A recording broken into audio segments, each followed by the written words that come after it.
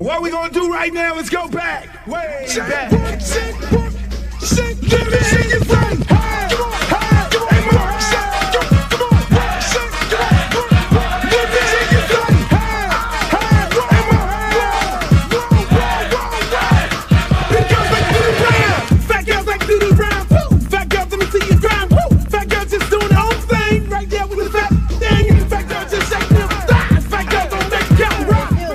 Baby. What's up? I thought you was gonna start hanging out with the big girls again. What is all this trash?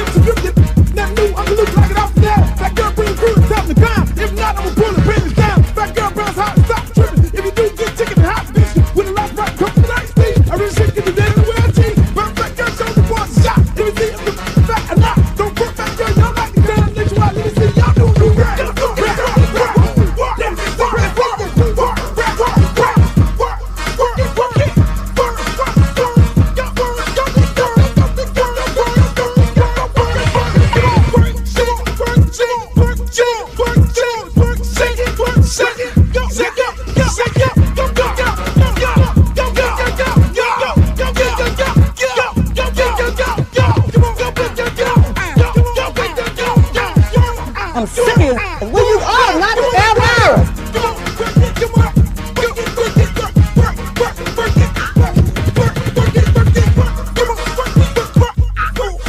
Oh, not the Britney Spears. Hey, how you doing?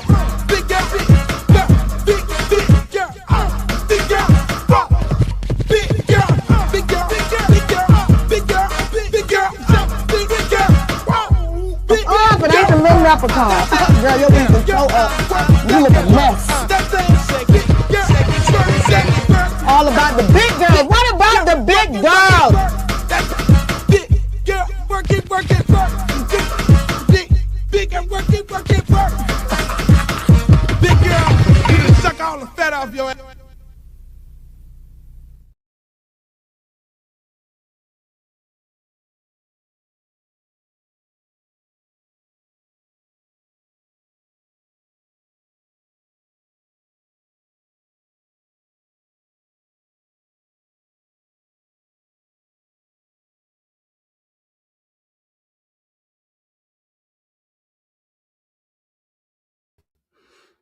Yo, what's up, y'all? Way to go, way to go. Wait, let me get my script right here. Here we go. How y'all feeling today? I'm a button up my collar today. That's what I'm gonna do. I'm a button up. I'm a little jazzy today. That's what I'm gonna be, a little jazzy today. How y'all feeling today? It's a beautiful Monday. It's raining outside here in sunny South Florida. No, it's not sunny today. It is raining today. Why my button keep coming off right here? I don't want nobody to call up and be like, yo, your button keep coming off. What's the problem? What's going on over there? Why does the button keep coming off? But welcome, ladies and gentlemen. We made another weekend. Hi, Strawberry. Strawberry Hill, how you doing? Welcome to the show. Let me get everybody a little moment of getting in here. Come on. Get on in here. Get on in here, people. Get on in here. Get on in here. I need you to like, share, subscribe because this is going to be a big show today. This is going to be a big show today. We got head coach of FIU going to be on here, Willie Simmons. We got Streeter from Footballville going to be on here. D might roll up in here. You never know what celebrity's going to roll up in here because, that's what we do. That's what we do. This is a big show. And we keep it a buck. We talk sports, politics, and entertainment right here on the Luke Show. And that's what we do. I'm sorry, man. I'm not sorry. I'm not sorry for how great we are. Because we are great. We do a good job here. We make it happen. No, let me just take this off. This is bothering me right here. Let me button this one button up right here because I got one button. You know how it is? See, ladies, you don't know how this works. Us men, we have a problem. There it is. Now I feel a little loose.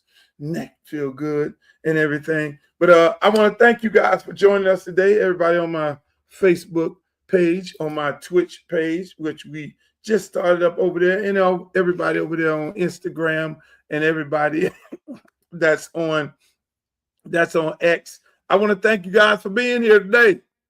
I want to really thank you guys for being here today because it's really important that you are here with us today on this beautiful Monday. If you made it through the weekend, that's a great thing.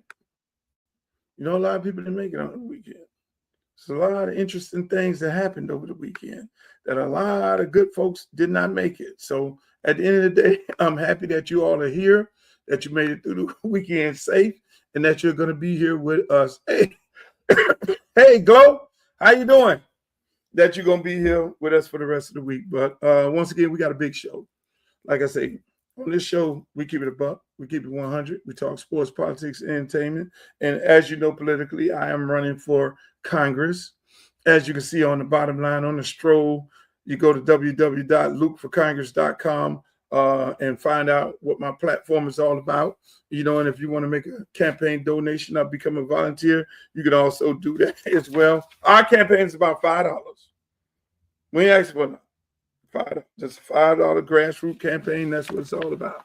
But at the end of the day, people, we got so much going on. We got so much going on in college football. A lot of teams, got done with their spring games, whether it was FIU, Miami, Colorado. A whole lot of schools got done with their spring. Some are still having spring. They started late, but for the most part, everything looks good and everybody is on point and doing what they got to do. Yeah, let's get the show started. Let's go right now. Let's go. I'm gonna start here. I'm gonna start here because this right here is very, very important. This right here, I'm having a problem with. This right here, I'm having a problem with, people. Where's all the black players in baseball? Where's all the black players in baseball? Y'all tell me. Chat, I need you to be involved today. Where's the black players in baseball? What happened to them? Where are they? It's almost similar to the black caddies it's almost like the black caddies in golf. Like, we don't know what happened to the black caddies in golf. We don't know where they're at. So my question is, what happened to the black baseball players? So in 1975, there was 75% African Americans in baseball and 25% Latinos. Now, this is in 1975, not long ago, not 100 years ago, not 200 years ago. In 1975, that's what you had. So, what happened to the black baseball players? What went on? Where did they go? Y'all tell me. Some people may want to say, some people want to have the argument that the black players went, they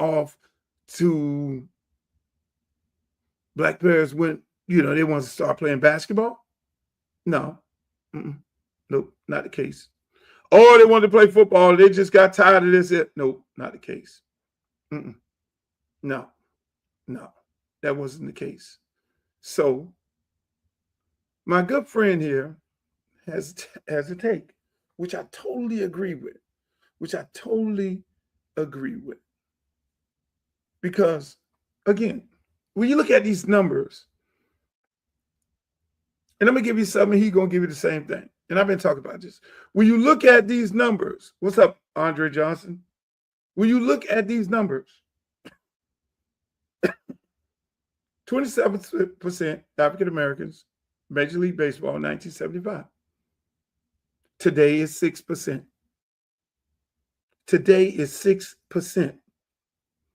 Hispanics in 1975 represented 10%. Today they're 30%. So it's an actual flip. It's a flip. Right then and there. I think I might have lost my YouTube audience. For some reason, we got technical difficulties over there. The stream just turned to trash. So it's a total flip right now of blacks in baseball. How did we get here? I'm going to let this gentleman tell you how we got here, and we're going to talk about it. It's nonsense. It's money. It's 100%. It's money. It's not just priced out. It's historically baseball. The black player became 10, 20%, 25% in the game because starting with the Negro League, starting with Jackie, black players were the cheapest commodity. You could get, Jackie signed for $5,000. Willie Mays signed for $5,000. Hank Aaron signed for $6,000. And so for a time, those players were the cheapest commodity. You could get great players at a low price. Baseball, as a sport, baseball is a white suburban game reinforced by foreign labor. That's the sport. It's not an American game per se. It's a white suburban American game, but 35% of the game is Latino. And so when you look for players, where do you find them? Where does baseball look for players? They've got facilities in the Dominican. All the teams have academies down there, right? And then the American players, where do they get those players? College. College is 1% black. So the black players in college are scholarship players. Baseball's a non-revenue sport. So it's by design that if you're getting your players from college, they're going to be white. And if you're getting the rest of your talent from the Dominican or from Venezuela or from Mexico or Cuba, they're going to be Latino. So you're not developing black players the way you used to. No pipeline for them. No pipeline. And, I remember talking to Dusty Baker about this. And when you really start looking at how the numbers shifted, they replaced essentially black players with the Latino players. It's all money. If you put a ball in front of a kid, they're going to play with it, right? I mean, that's always been my thing. If you look at the numbers, Latino players are not part of the draft. So a black American kid who's a first-round pick, you got to pay him first-round American dollars. You can buy 100 Dominican kids, 200 for the price of one American. Wow. That's the difference, And so whenever I hear, we just don't want to play the game, everybody knows that the relationship between black Americans and baseball is the deepest of all the sports, and it goes back the longest. There you have it, right? And that's been my argument for the longest. This has been my argument for the longest. There you have it. You have, that was a great piece, a great breakdown of it all. What was most importantly, the most important thing that came out of that was the mere fact that they don't draft the Dominican players. The draft is only college and high school in the United States. The draft, the kids here in the United States get what? Millions and millions of dollars if they're drafted. In the DR, you can buy those same players for what? Thousands of dollars. A couple $1,000s here, a couple $1,000s there. They have big farm systems in the DR, in Venezuela, and Nicaragua, and the Dominican Republic, where they train. And again, the bottom line of it all, people, is this. Let me just say this. When you're getting, it's like this. So you got high school. Go on to college. What does college baseball look like? Not too many black players playing college baseball. Not too many black players on the team. Hell, University of Miami this year, the most black players I've seen since Charles Johnson playing. I'm going to keep it a buck. This year's University of Miami baseball team is the most black players I've seen since Charles Johnson played. All the black players that are playing college baseball and that are on teams are dominant, including the girls in softball. So it's not a thing that black players don't have the ability to play. It's basically they've been replaced by somebody that looks black. Let's keep it a buck, where they don't have to pay them as much money. You were paying Gary Sheffield boatloads of money. You were paying Vita Blue a boatload of money. You was paying Darryl Strawberry a boatload of money. You get them same players with the same complexion from the DR paying a lot less money. The DR players should demand more money, should demand the equivalent of what they're getting in the States, but they can't do that. They can't do that. And even here in the States. So you look at it, and you in the States, you look at it, and you say, why in baseball the numbers are down? Because there's no black players. You need the black player. These numbers doing that back. Garrett Sheffield played at the Marlins. The place was packed out. The place was packed out. There were several other brothers. There were several other brothers that was playing on that team. Pitchers, catchers, all that. When the brothers played baseball, it's no different than football. Look, let's keep it a buck. This is the United States of America. Black and white. Okay? If the brother is on your team, you love him to death. If the brother ain't on your team, then you hate him. You hate him. You go to cheer for him.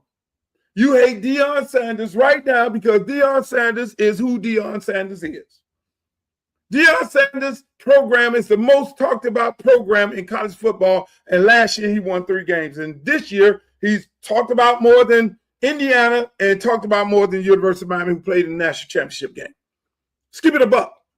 So when it comes to baseball and baseball eliminating the black player to get cheaper labor from the Dominican Republic, no disrespect to the DR players because they're exceptionally well.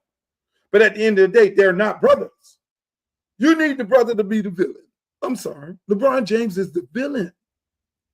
And if the NBA take the same path that they're trying to take as baseball is trying to take and make it a European game where they can go get cheap labor from France and all these exotic places and everywhere, and Croatia and all these places where they want to go get these players and they don't have to pay them the same amount of money.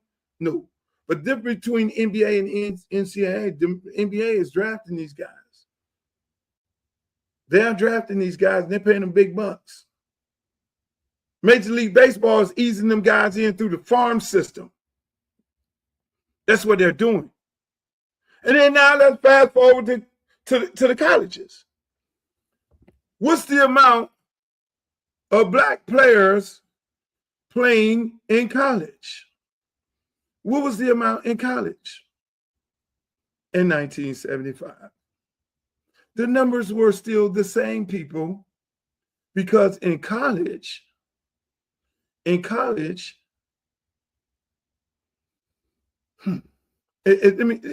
sad at what's going on, because everybody want to make it seem like these students, these black students, did not want to play baseball in college, but they do play it.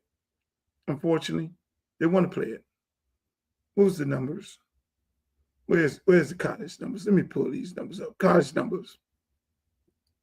Currently in the NCAA, 5% of college baseball players are African Americans. Top level D1s, 6%. If you remove HBCUs in college baseball, 3%. If you remove the HBCUs, it turns into 3% African Americans playing college baseball. Make it make sense. Make it make sense, people. So we have a serious disconnect.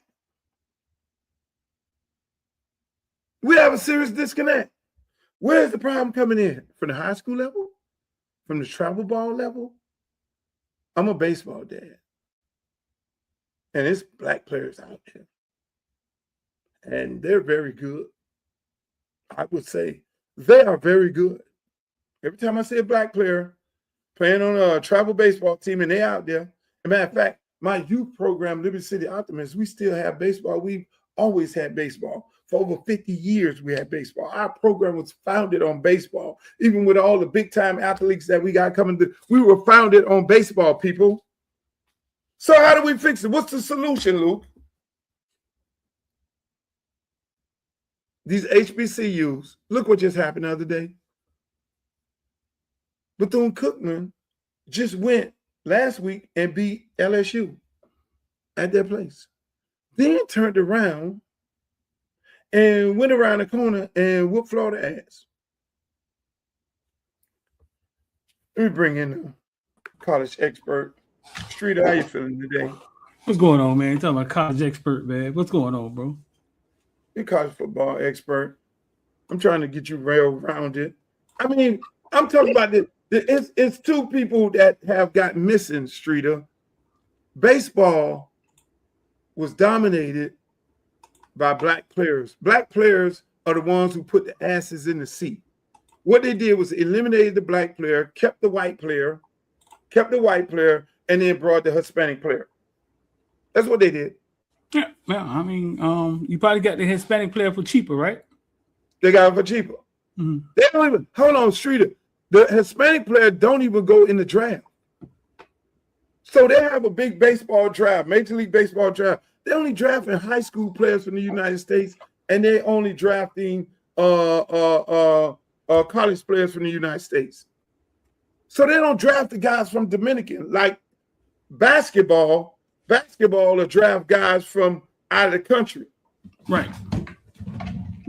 And you'll be like, who the hell is that? He played in this league here. And you'll be like, oh, okay. But at the same, so it's a conspiracy to get rid of the black players. Think they want to get rid of the black players out of baseball, period? That's what they did. Streeter, in 1975, it was 30% African Americans playing baseball. It was 10% Hispanics. Today it's is flipped around. It's 3% in college. Today in the major leagues right now is 10% African American players playing baseball, and it's 30% Hispanics. Make sense? Do we want to play the baseball? Hispanic players don't get drafted. Do the we want to play Hispanic players baseball? come over here, huh? Are we playing baseball? Do we want to play baseball? Yeah, we playing baseball. But most of our kids are being told when our kids play baseball, they say, "Well, why you ain't playing football? What you doing out here?"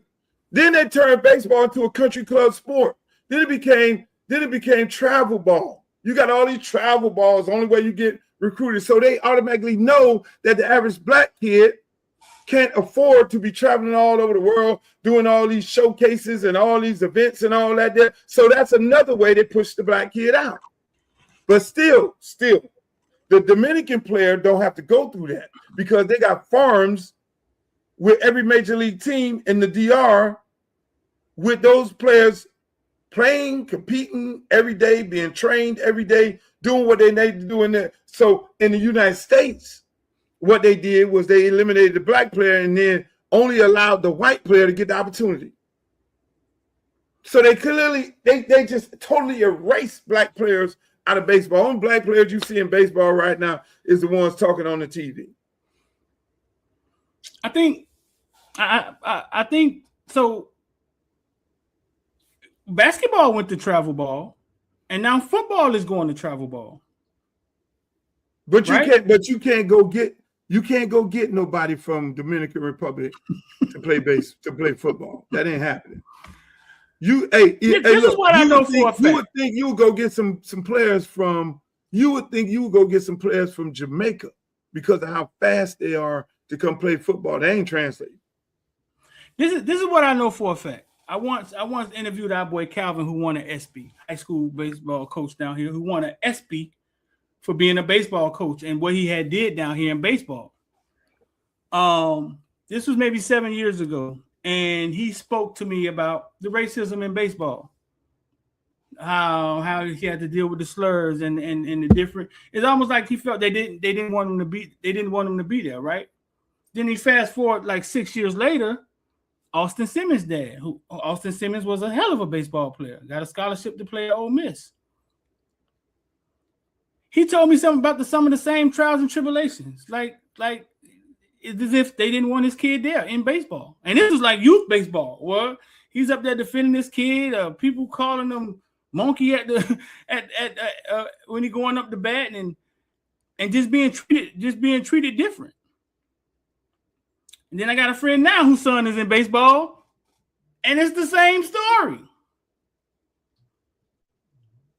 So it has to be so it's happened on numerous different cases. Anybody I know that was involved with baseball on that level, on high school and youth, yeah, they face some discrimination even now in 2026. Even now in 2026, yeah. No, Austin Simmons was 2 years ago. See what I'm saying? And Yeah. what he was throwing by the 100, wasn't he? I mean, He was listen. He pitched at Ole Miss. He struck out the best baseball player 2 years ago at Ole Miss as a freshman.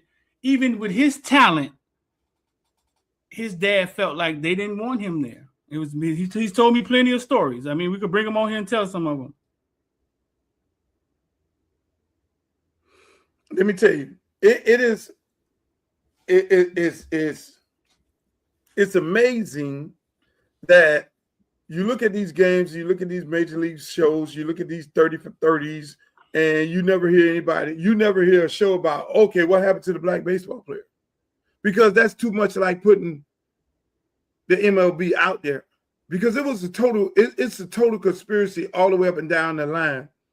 It's a total genocide of African-American players being eliminated out of baseball and pushed into other sports.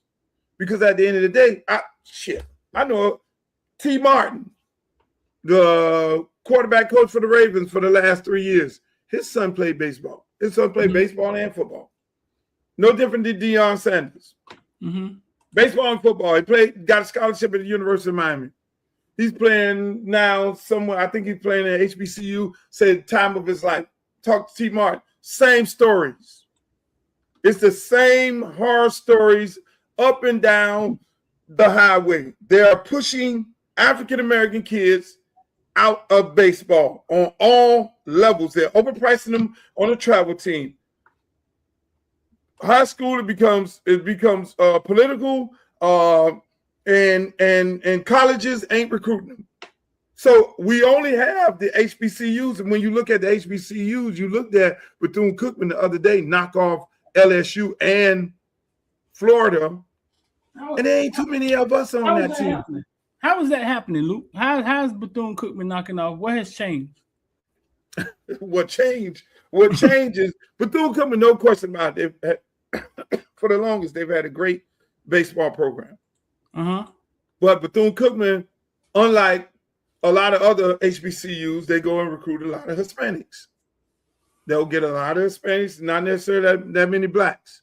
So they've been winning throughout the years of going to get these type of players, and it's not necessarily in combination of blacks and Hispanics and some whites trickled in there. They have more of a team thing, but then what happens is, you know, and you can't take nothing away from them. They'll play them in the midweek. See, there's college games in the midweek where you'll play a team around the corner.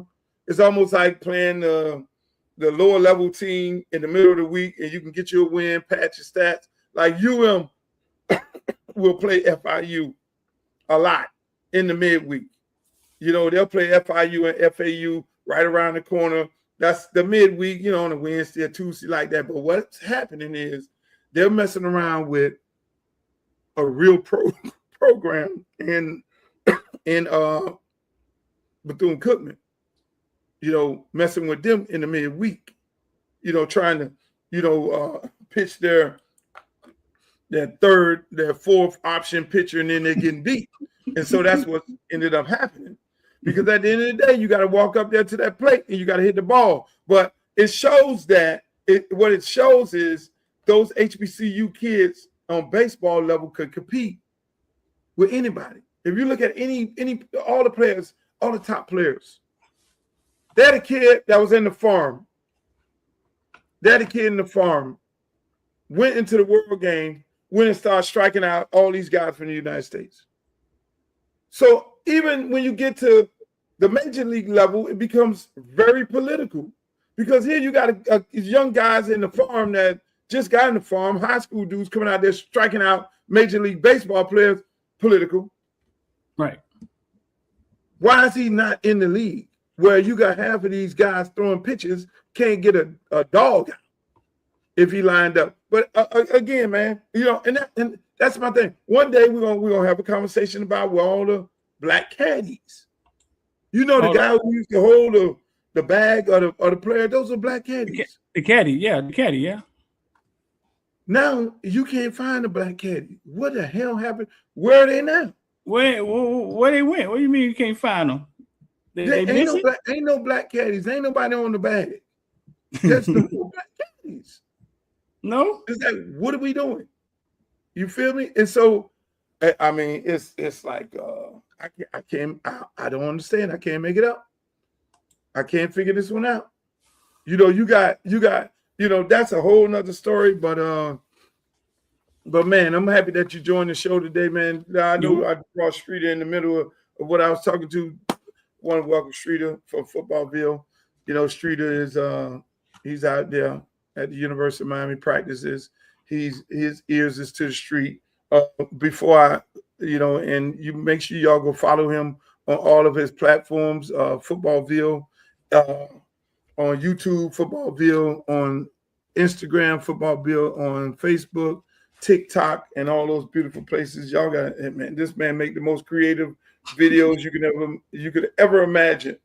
And he always putting something on your mind and giving you something to think about, because he has all the information already. Just go follow him. I know we're only on your YouTube page. Thank God for that, because something happened with my new YouTube page. I don't know. I went in and started deleting stuff and all that. But Streeter, yo, tell me how's it going over there at University of Miami? You did a spring practice. They had a spring game the other day, man. They had a spring game the other day. You call that a game or practice? It's a practice. They warmed up. They practiced. They did some one-on-ones, wide receiver versus DBs, O-line versus O-line. And did a little goal line. Then they played for like a half. Won a lot of starters out there. Couple guys, a couple snaps. I think Malley maybe got a few snaps. Mark Fletcher, I think, got in and got stuck in the backfield, and they was like, "Nah, we ain't doing that. Get him out of there." Defense was out there biting.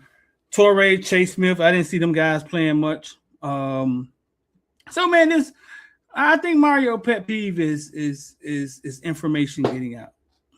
Information getting out. That's just his pet peeve. I'm on the way home and Ohio State firing up their spring game on national TV. It's going down. You know what I'm saying? It's going down on national TV. They ain't hiding nobody. They ain't running from nothing. You know what I'm saying? So just two different styles, I think. So okay. So you said they ain't hiding nobody, ain't running nobody. So Ohio State played all of their players. I don't know if they played all of their players. I saw him warming up. I'm not gonna say I saw him play. I think I saw him make a play. I don't know how much he played. But I caught him warming up and it was open. I mean, it was open for people to watch it. Like I get into the villains on the debrief and I realized none of my villains done seen the game. Nobody see the game because if you were a season ticket holder, you couldn't, you know what I'm saying? You had to either come down there or hey, listen, you'll catch them in August. Catch them in September. There was no so you're saying University of Miami spring game was not televised at all? No, it wasn't televised this time. None of the villains saw the game. Unless all of them missed it, and you know that ain't gonna happen. Damn. Do you know of any other big time college program that does that?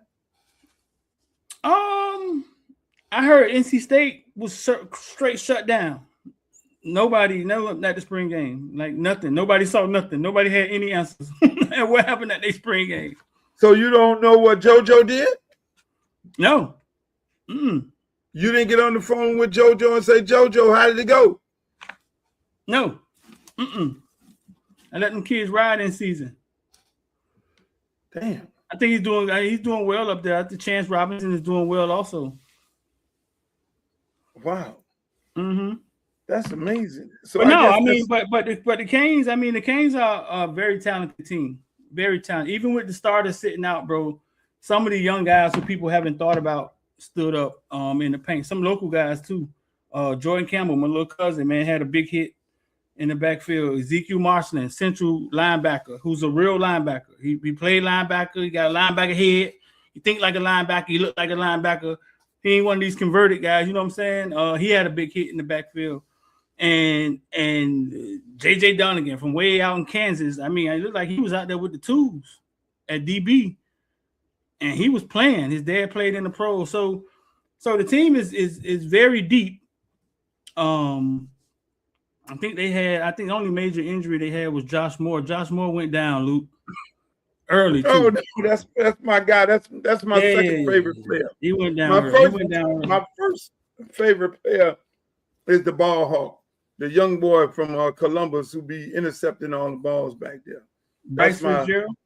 Yeah, Fitzgerald is my guy. When you talk to Fitzgerald and you do an interview, you let him know, say, man, you are Uncle Luke's favorite player. You number one and Big Three number two. In that order. Now, no, Malachi, that's like my nephew, so I can't, he's automatic. So that's De La's son. So he's family. But when it comes to them guys, they're my guys. I like them guys. And so how do University of Miami look on the offensive line? That's the biggest concern.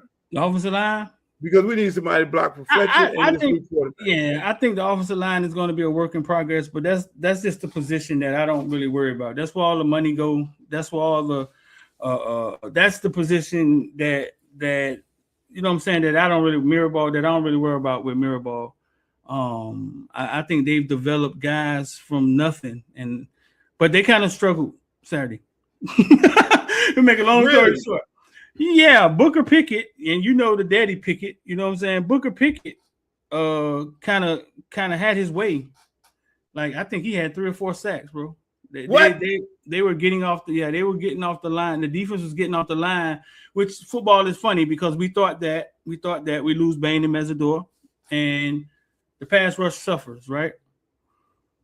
That they put Omar Thornton in the nickel, and when they sent him on the blitz, man, I think he got to the running back before the handoff even happened. What? Hold on. Hold on. This was against the starters. Yeah. But you know, Miami's putting their O-line together, so they got a true freshman. I think it's two true freshmen starting. 2 true freshmen starting. And for now, I thought I listened to X today in the villains, and X said there's 3 returners, starters. One of them hurt. One of them ain't there. Pancake ain't there. So how did the big guy who they gave all the money to, how did he work out? He's a freak athlete, bro. Like he just cut from a different cause. Both of his parents Olympian medalists. Did he play like an Olympian the other day? He's gonna have some growing pains, Luke, and you know it. At left tackle, he's gonna have some growing pains. You know he's gonna have some growing pains. That just is what it is. Hold on. How many sacks did he give up? I don't know how many sacks did he give up. I wasn't counting his per se. You know what I'm saying? I wasn't counting his per se, but he's gonna have some growing pains. We lost a player. Man, I had growing pains. Like they all, you know what I'm saying? You're getting thrown out there. The 5 stars getting thrown out there to the wolves. They gotta develop early. Yeah, I don't know how many he gave up per se, but when you get that much money, Streeter, I ain't trying to hear about no growing pains. This ain't NFL. It's college football. That money came from nowhere. We don't know if these guys worth it or not. That money came out of nowhere. They ain't land on the money landed on them.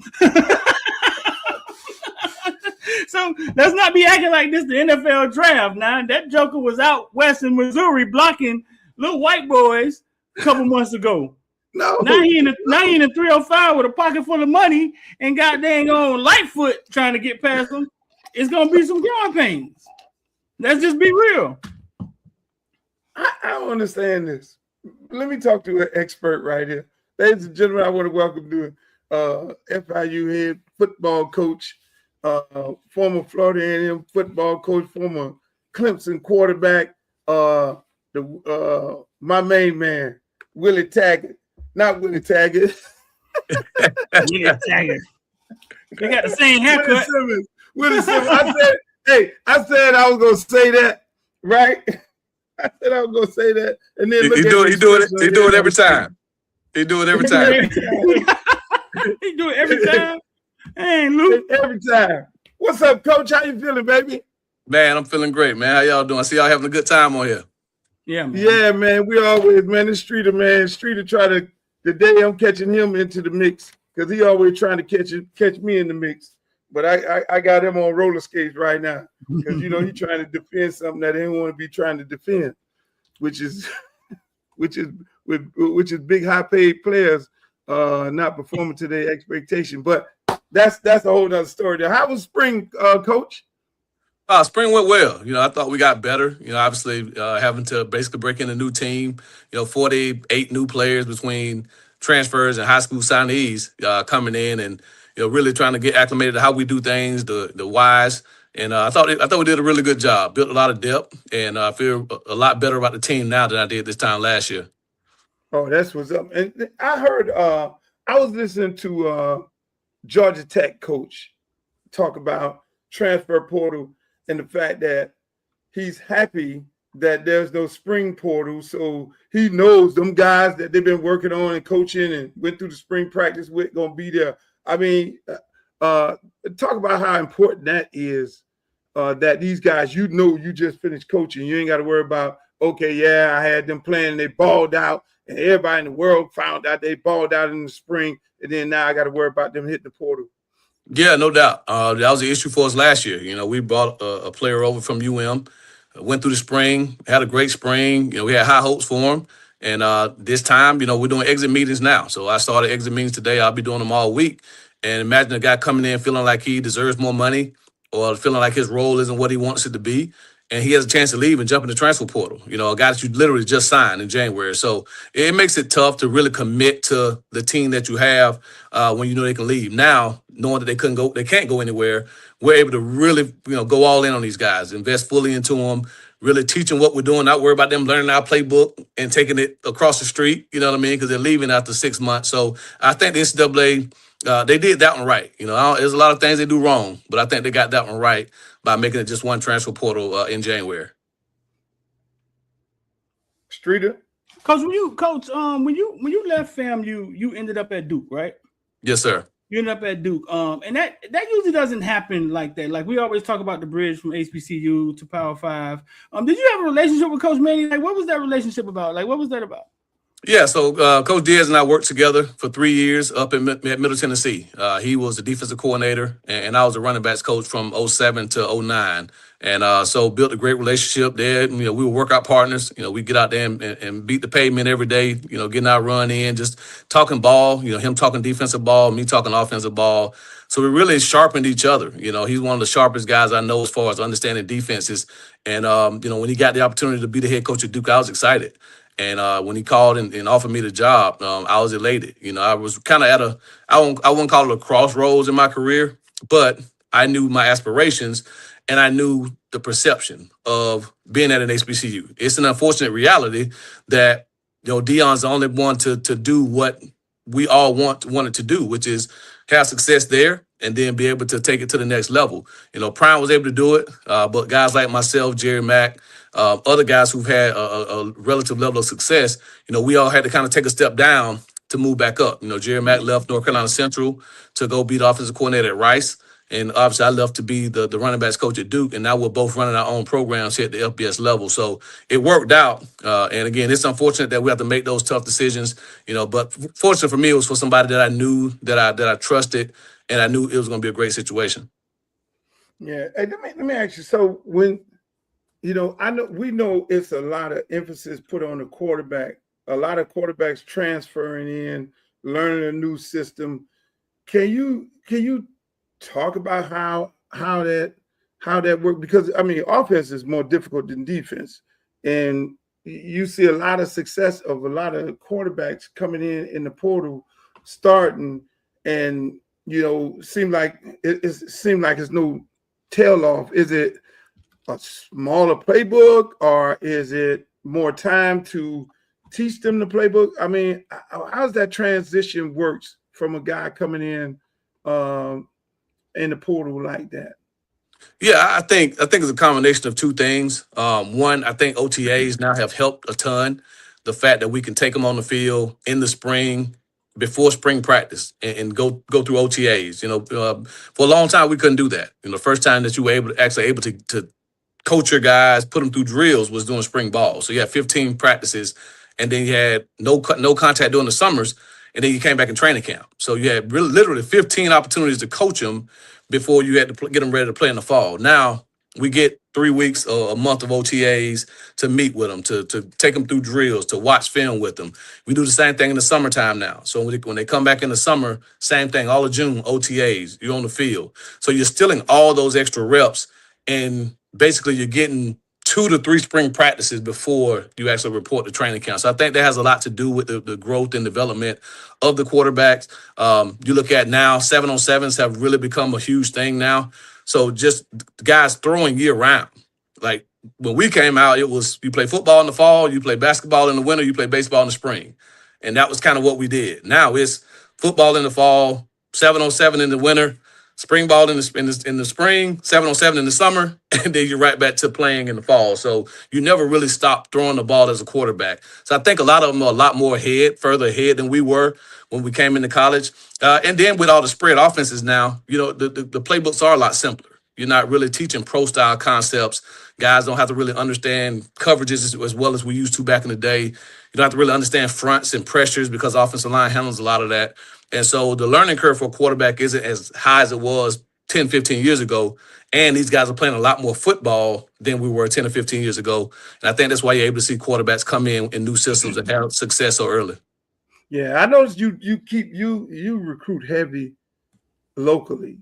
You know what I'm saying? And I mean, is that something that you said, hey, I want to get to when I'm down here? I want to make happen. I want to make an imprint. I mean, you got Hippolyte on the staff, you got Pat on the staff, you got Gator on the staff. So you got guys from here, maybe some other guys that I'm not familiar with, but you have a staff full of guys who are well recognized in the neighborhood of South Florida football. And then you look at your roster, it's a ton of local kids on there. Is that something that you said you wanted to do coming here?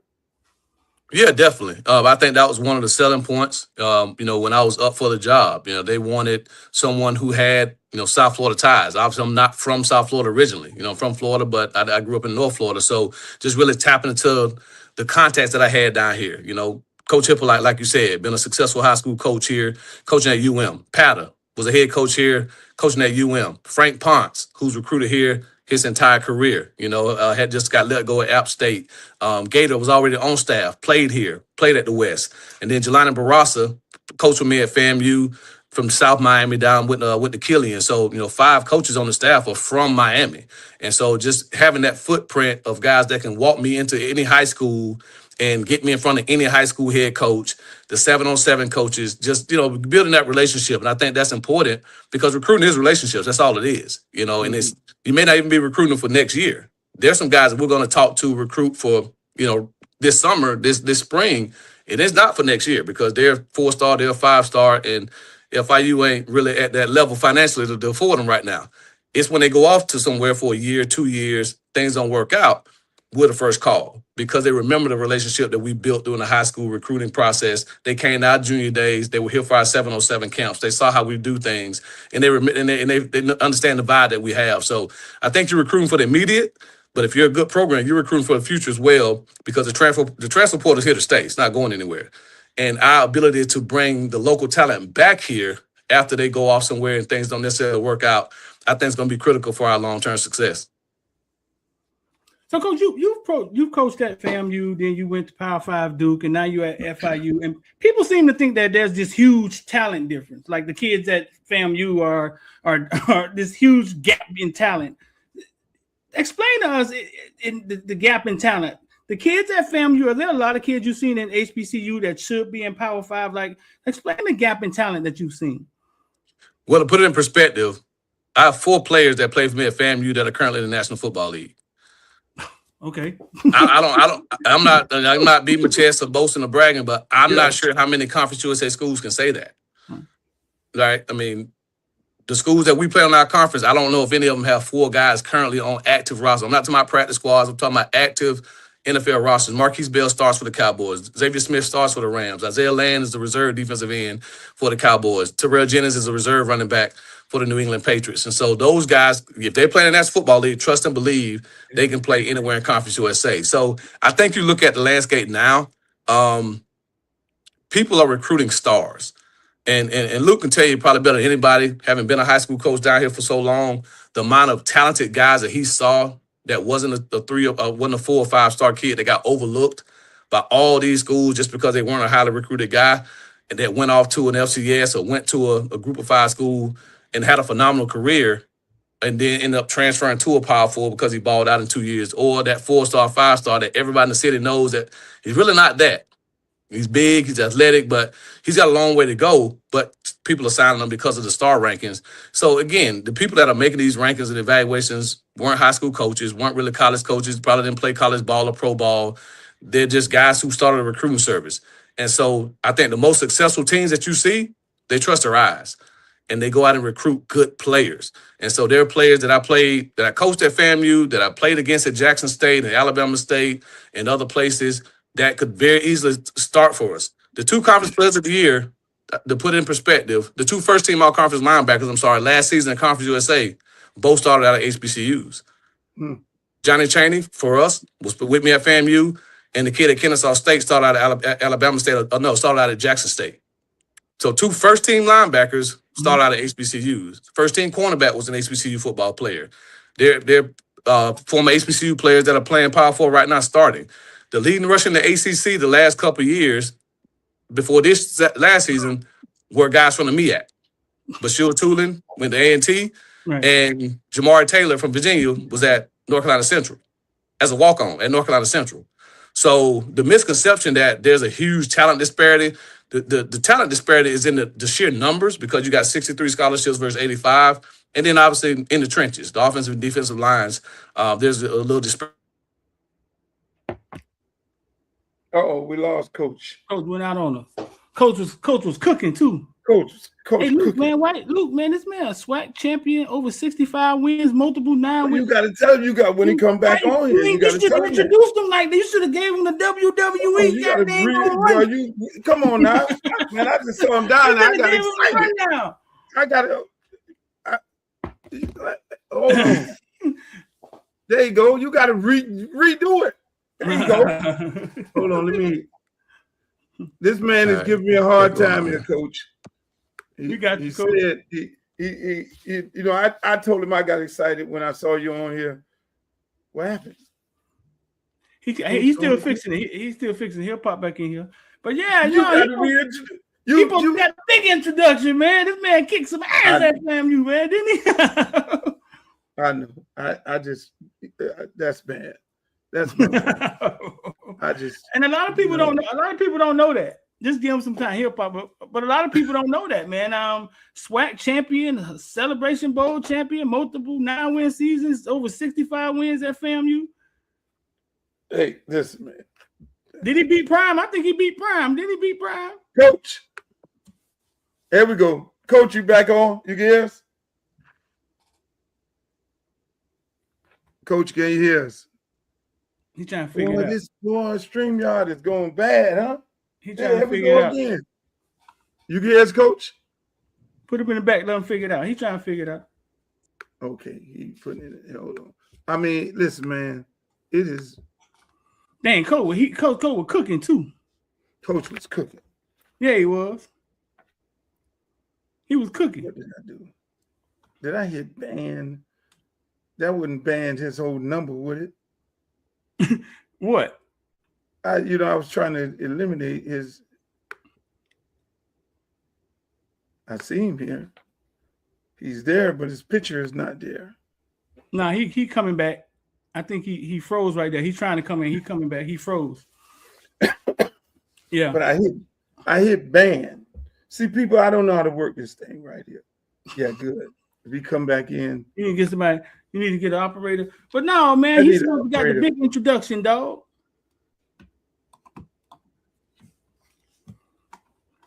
I need that. He was cooking. He was on fire too, man. He said everything. He said everything, but man, ain't no talent disparity. Damn it. Hey, listen, man, that was a great question, man. See, and I know my good homeboy, Mr. Pierre Rutledge, he's gonna be doing all this complaining. He was like, man, y'all need to get StreamYard right, man. Y'all having these good shows, man, and you got all these technical difficulties and everything. I'm gonna have to hear his mouth. Oh, he said I'm blocked from getting in. How do I unblock him? Let's see what did you do? I hit the block. Huh? I hit the block. Oh, I didn't even know a block exists. Where is it at? Yeah, man, how do I unblock a person? Block. Go to settings. Go to settings. Let me see. Oh my God. How do I what the hell?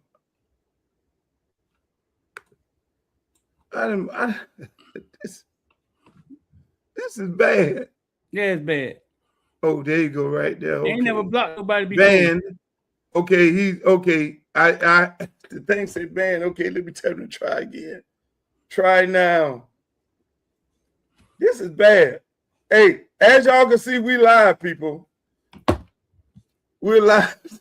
Because I was trying to get rid of. I was trying to get rid of too much sauce. Yeah, the man was cooking, man. The man was cooking. Coach on fire, man. Coach on fire. Coach. One thing about it, when you talk to Coach is like an encyclopedia when it comes to this ball. Here we go. There we go. Yeah, Coach. I'm sorry.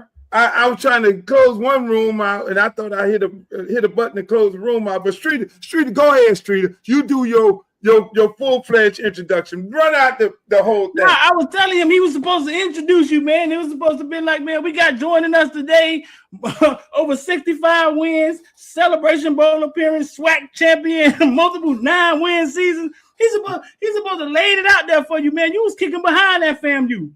Never lost, never had a losing season in the history. Nah, My God. I'm sorry. FAMU into a national problem. I'm sorry. He brought FAMU back because we weren't winning like that. We were not winning like that. Nah, my girlfriend in the room, she went to FAMU. They ain't have nothing. If the band wasn't doing nothing, they wasn't doing nothing. They ain't got nothing to argue about, bro. And the band coach was winning when the band got banned. Now they were back by the time I got there. They were back. Okay. It wasn't 100 no more. It was I remember going out there. It was like the 50. And they were still blowing. If Joe Bullitt was still talking, it will be. Hey, but Coach, let me ask you. So you come to FAU in your first year. You go down there and you beat FAU, which is your rival, and you have this winning season. You take the team to a bowl game. I mean, how long before we talking championship? Well, obviously, we came down here with expectation to build this into a championship program. So, I don't believe in making promises, obviously, but I think we're doing it the right way. Like you said, the guys we built this staff around, they're hard-nosed coaches, they're intense coaches, detail-oriented, and they love to get out there and recruit, man. I think, you got to be able to recruit. You got to love to recruit in today's climate, and these guys do. Dub is a ball of energy every single day. Like, there's not a day that goes by that he ain't running around hollering. I mean, I've never his meeting room's about 4 doors down. That's why I can hear him every day with the running backs doing beats. I mean, I don't know if he's coaching them, cussing at them, yelling. I don't know what he's doing, but he's getting to play at a high level. So just having guys with passion like that and bringing the right type of guys in, I think that's what it's all about. So I think we're building a team that can compete for championships yearly. And like I told them this year, like, everybody was excited. We went to a bowl. And it was great. It was a great accomplishment, but that should be the standard. Like, that should be the expectations that we go to a bowl. Like, no one should be surprised that FIU is in the bowl conversation every year. And no one should be surprised that we're in the championship conversation every year. That's the expectation. Just like when I got to FAM, I felt the same way, and we were able to build a championship program there in a short time. I think we continue to do things the right way. We'll be able to do the same here. Yeah, you would earlier, Shrita asked you about the level of competition and how it compares, and when you were talking about it, and I always think about that North Carolina game where you had North Carolina, but you were shorthanded. I mean, that was a game I knew that if you had all your guys in that particular game, you beat them. Then I don't think you had FIU. You over there. you had someplace else. I ain't gonna get nobody's job away that quick. But we know FAM is going through a little struggles and things, and because of what some of the academic some of the things that happen. Right? How I know it hurts you because you built that program up to where it's at, right? Where it was at, to see it go through these struggles right now. How can these things be fixed going forward, in your opinion? Being an insider, I know you're outside, you're over here at FIU, and you're going on your second year there. You don't know how the operation is running, but how do you fix things like that so it won't occur anymore? Yeah, and that's a great question. And obviously I was there for 6 years, and was a part of a lot of that. And I'll say this: we went to Indianapolis in, I think, 2022 to the NCAA Regional Rules convention that they have every year, and so as a part of our kind of APR workshop and trying to show the NCAA that we're serious about cleaning up the APR issues. And I asked a question to one of the individuals that work with the NCAA in that area. And I said, well, what happens when there's head coaching turnover, right? You have a lot of, coach gets fired before the season's over. Obviously, you got guys that got to finish the semester out, and a lot of times that's when guys drop the ball, when there's a coaching change. Their answer was, well, that's up to the AD. The AD's got to have a plan for that. Then I said, okay, well, what if there's an AD change? Because when I took the job at FAM, Dr. Eason had just gotten hired. So you had a new head coach, a new AD. And so I said, well, what happens when there's an AD change? They said, well, that's the president's job. And I said, well, okay, well, Dr. Robinson had just gotten hired as the full-time president when I got hired at FAM. So we had a new head coach, new AD, new president all at the same time. And that was their approach.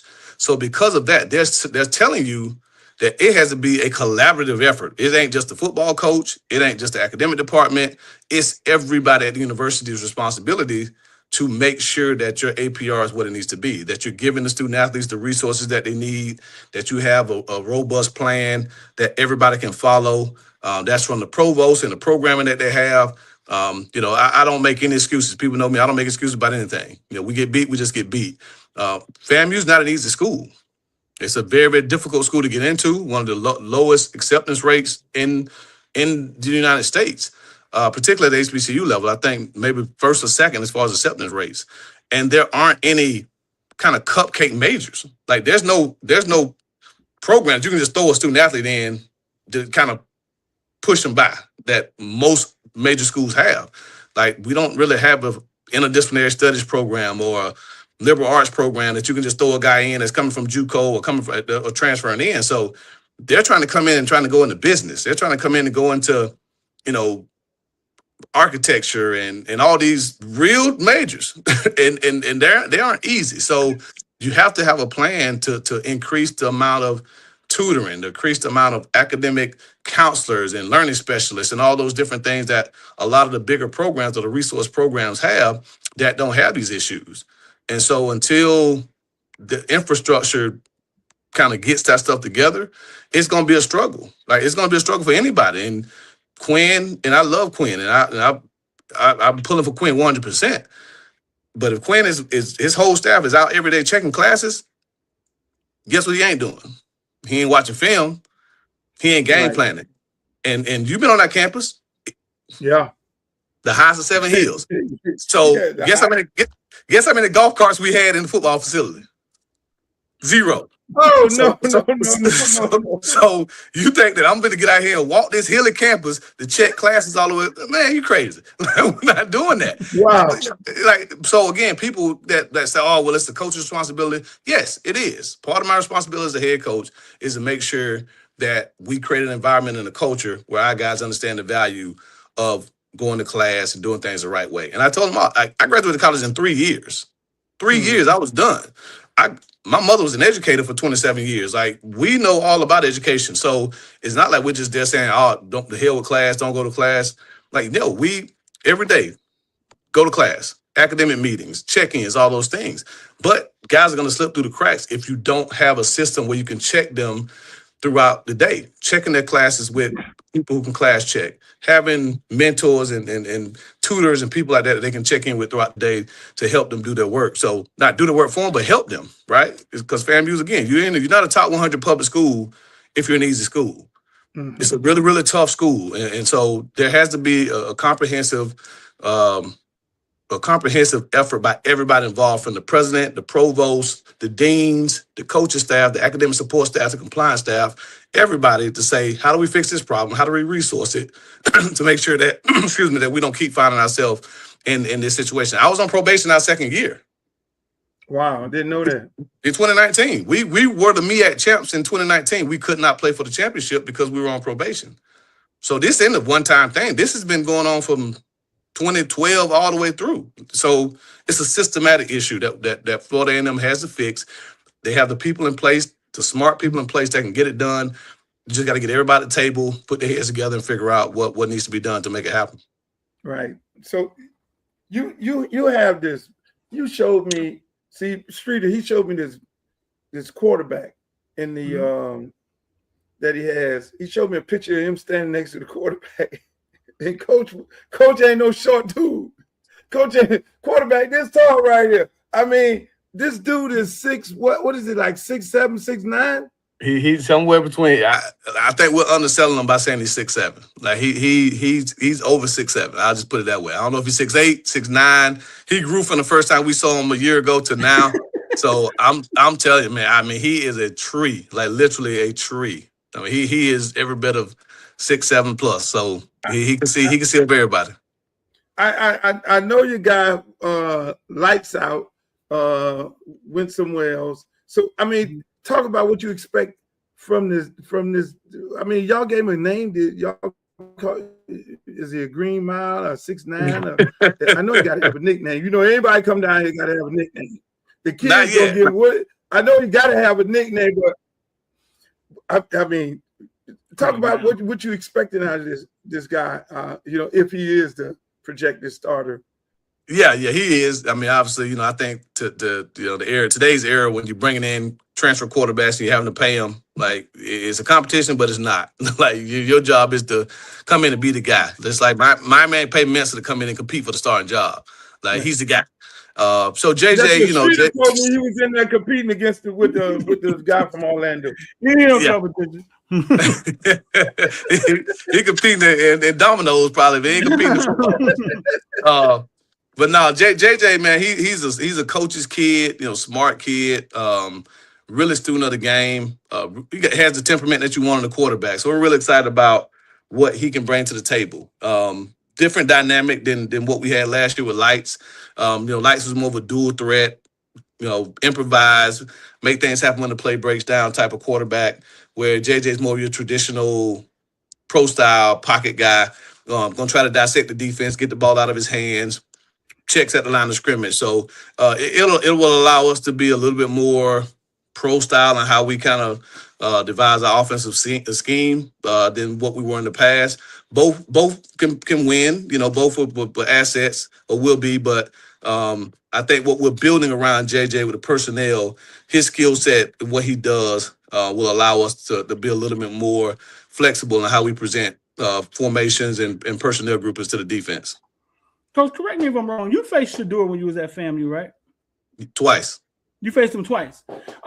Shador, we all saw what happened to him in the draft last year. He failed in the draft, and then he was like third, fourth on the depth chart. People was questioning him as a quarterback. When you watched him on film before you faced him, because you faced him twice, at that time, what did you see? Did he look like an NFL prospect to you, or did he just get better? Like, what did y'all see? Well, we played him his freshman year. Okay. So his first start was against us in the Orange Blossom. So it rained. Low scoring game, I think 7-6, you know, so he was a true freshman.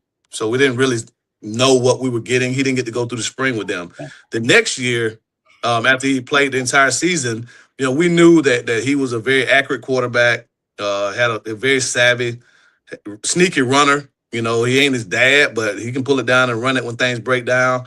And we had just come off the game against Carolina where, you know, we opened the season with Drake May. So it was like, you know, Drake May carved us up, threw for about 500, and then we rolled down to Miami for the next week against Shador, and I think the Joker went 15-15 out the gate. Like, I think I was there. Bro, it was brutal. I mean, I ain't won one like that ever as a coach. I mean, it was bloodshed. Him, Travis Hunter. I mean, Prime had that thing rolling, man. So, but no, I've always had a ton of respect for Shador and just his approach to the game, you know, how he carries himself, that bravado that you got to have as a quarterback.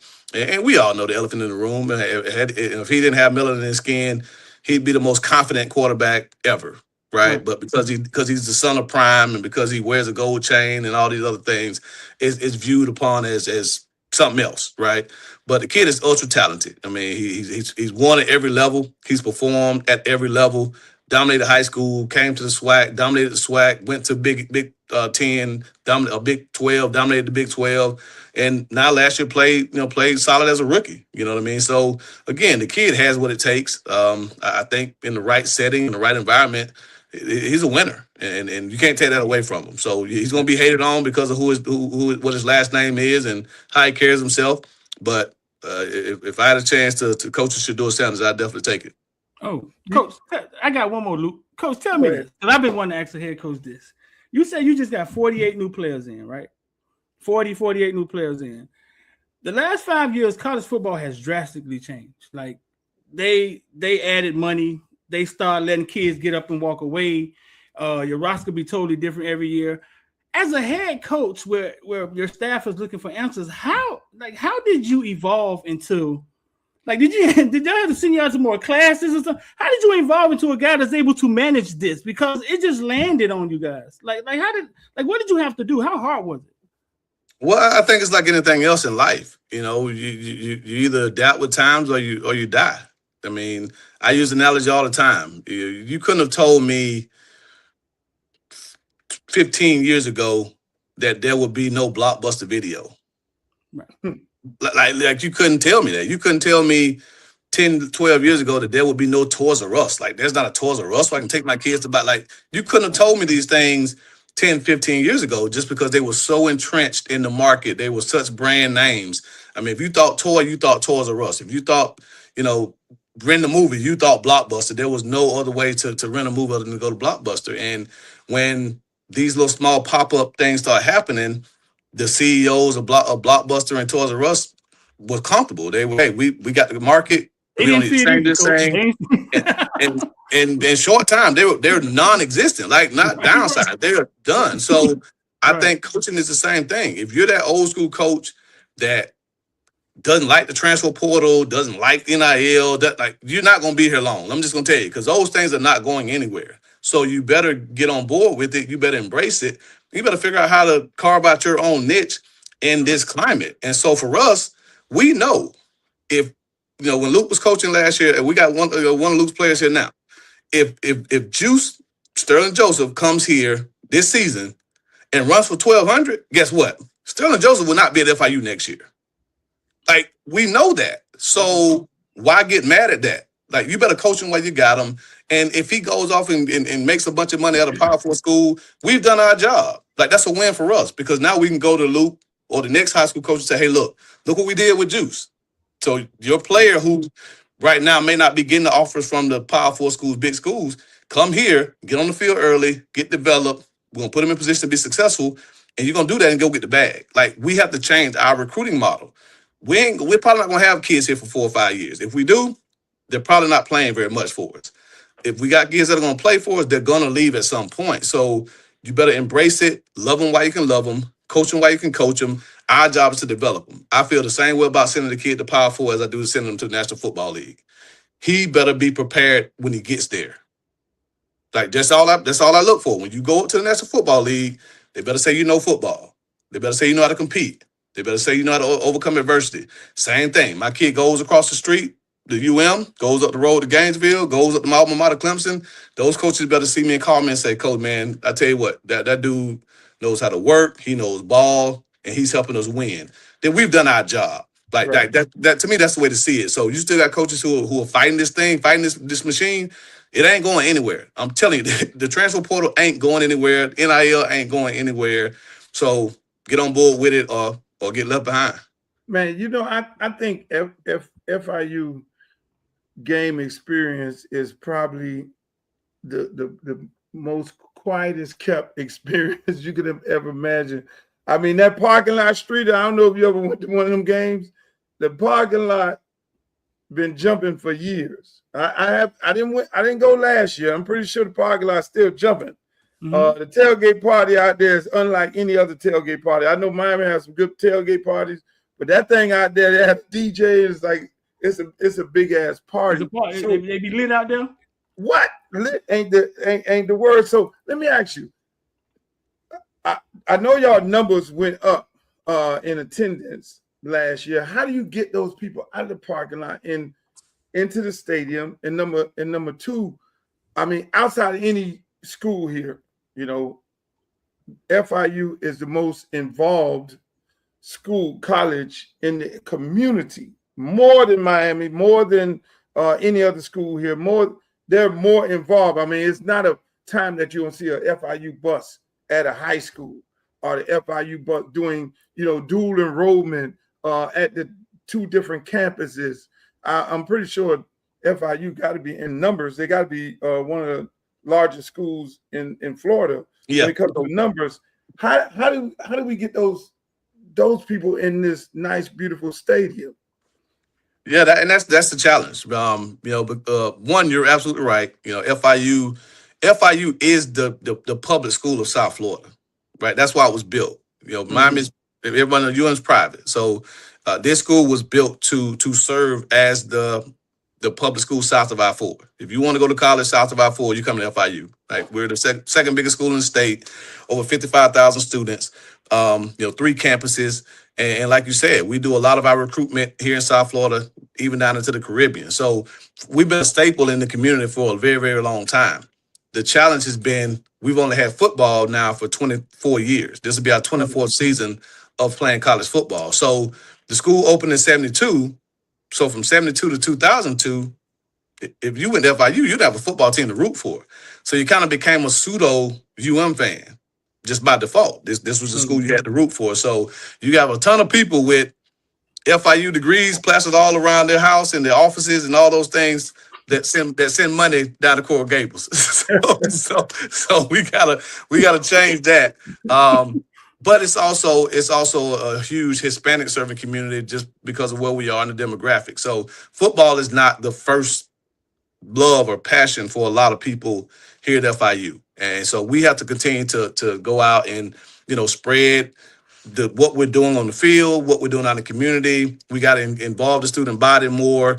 And our president is committed to doing that. I'll tip my hat to Jeanette.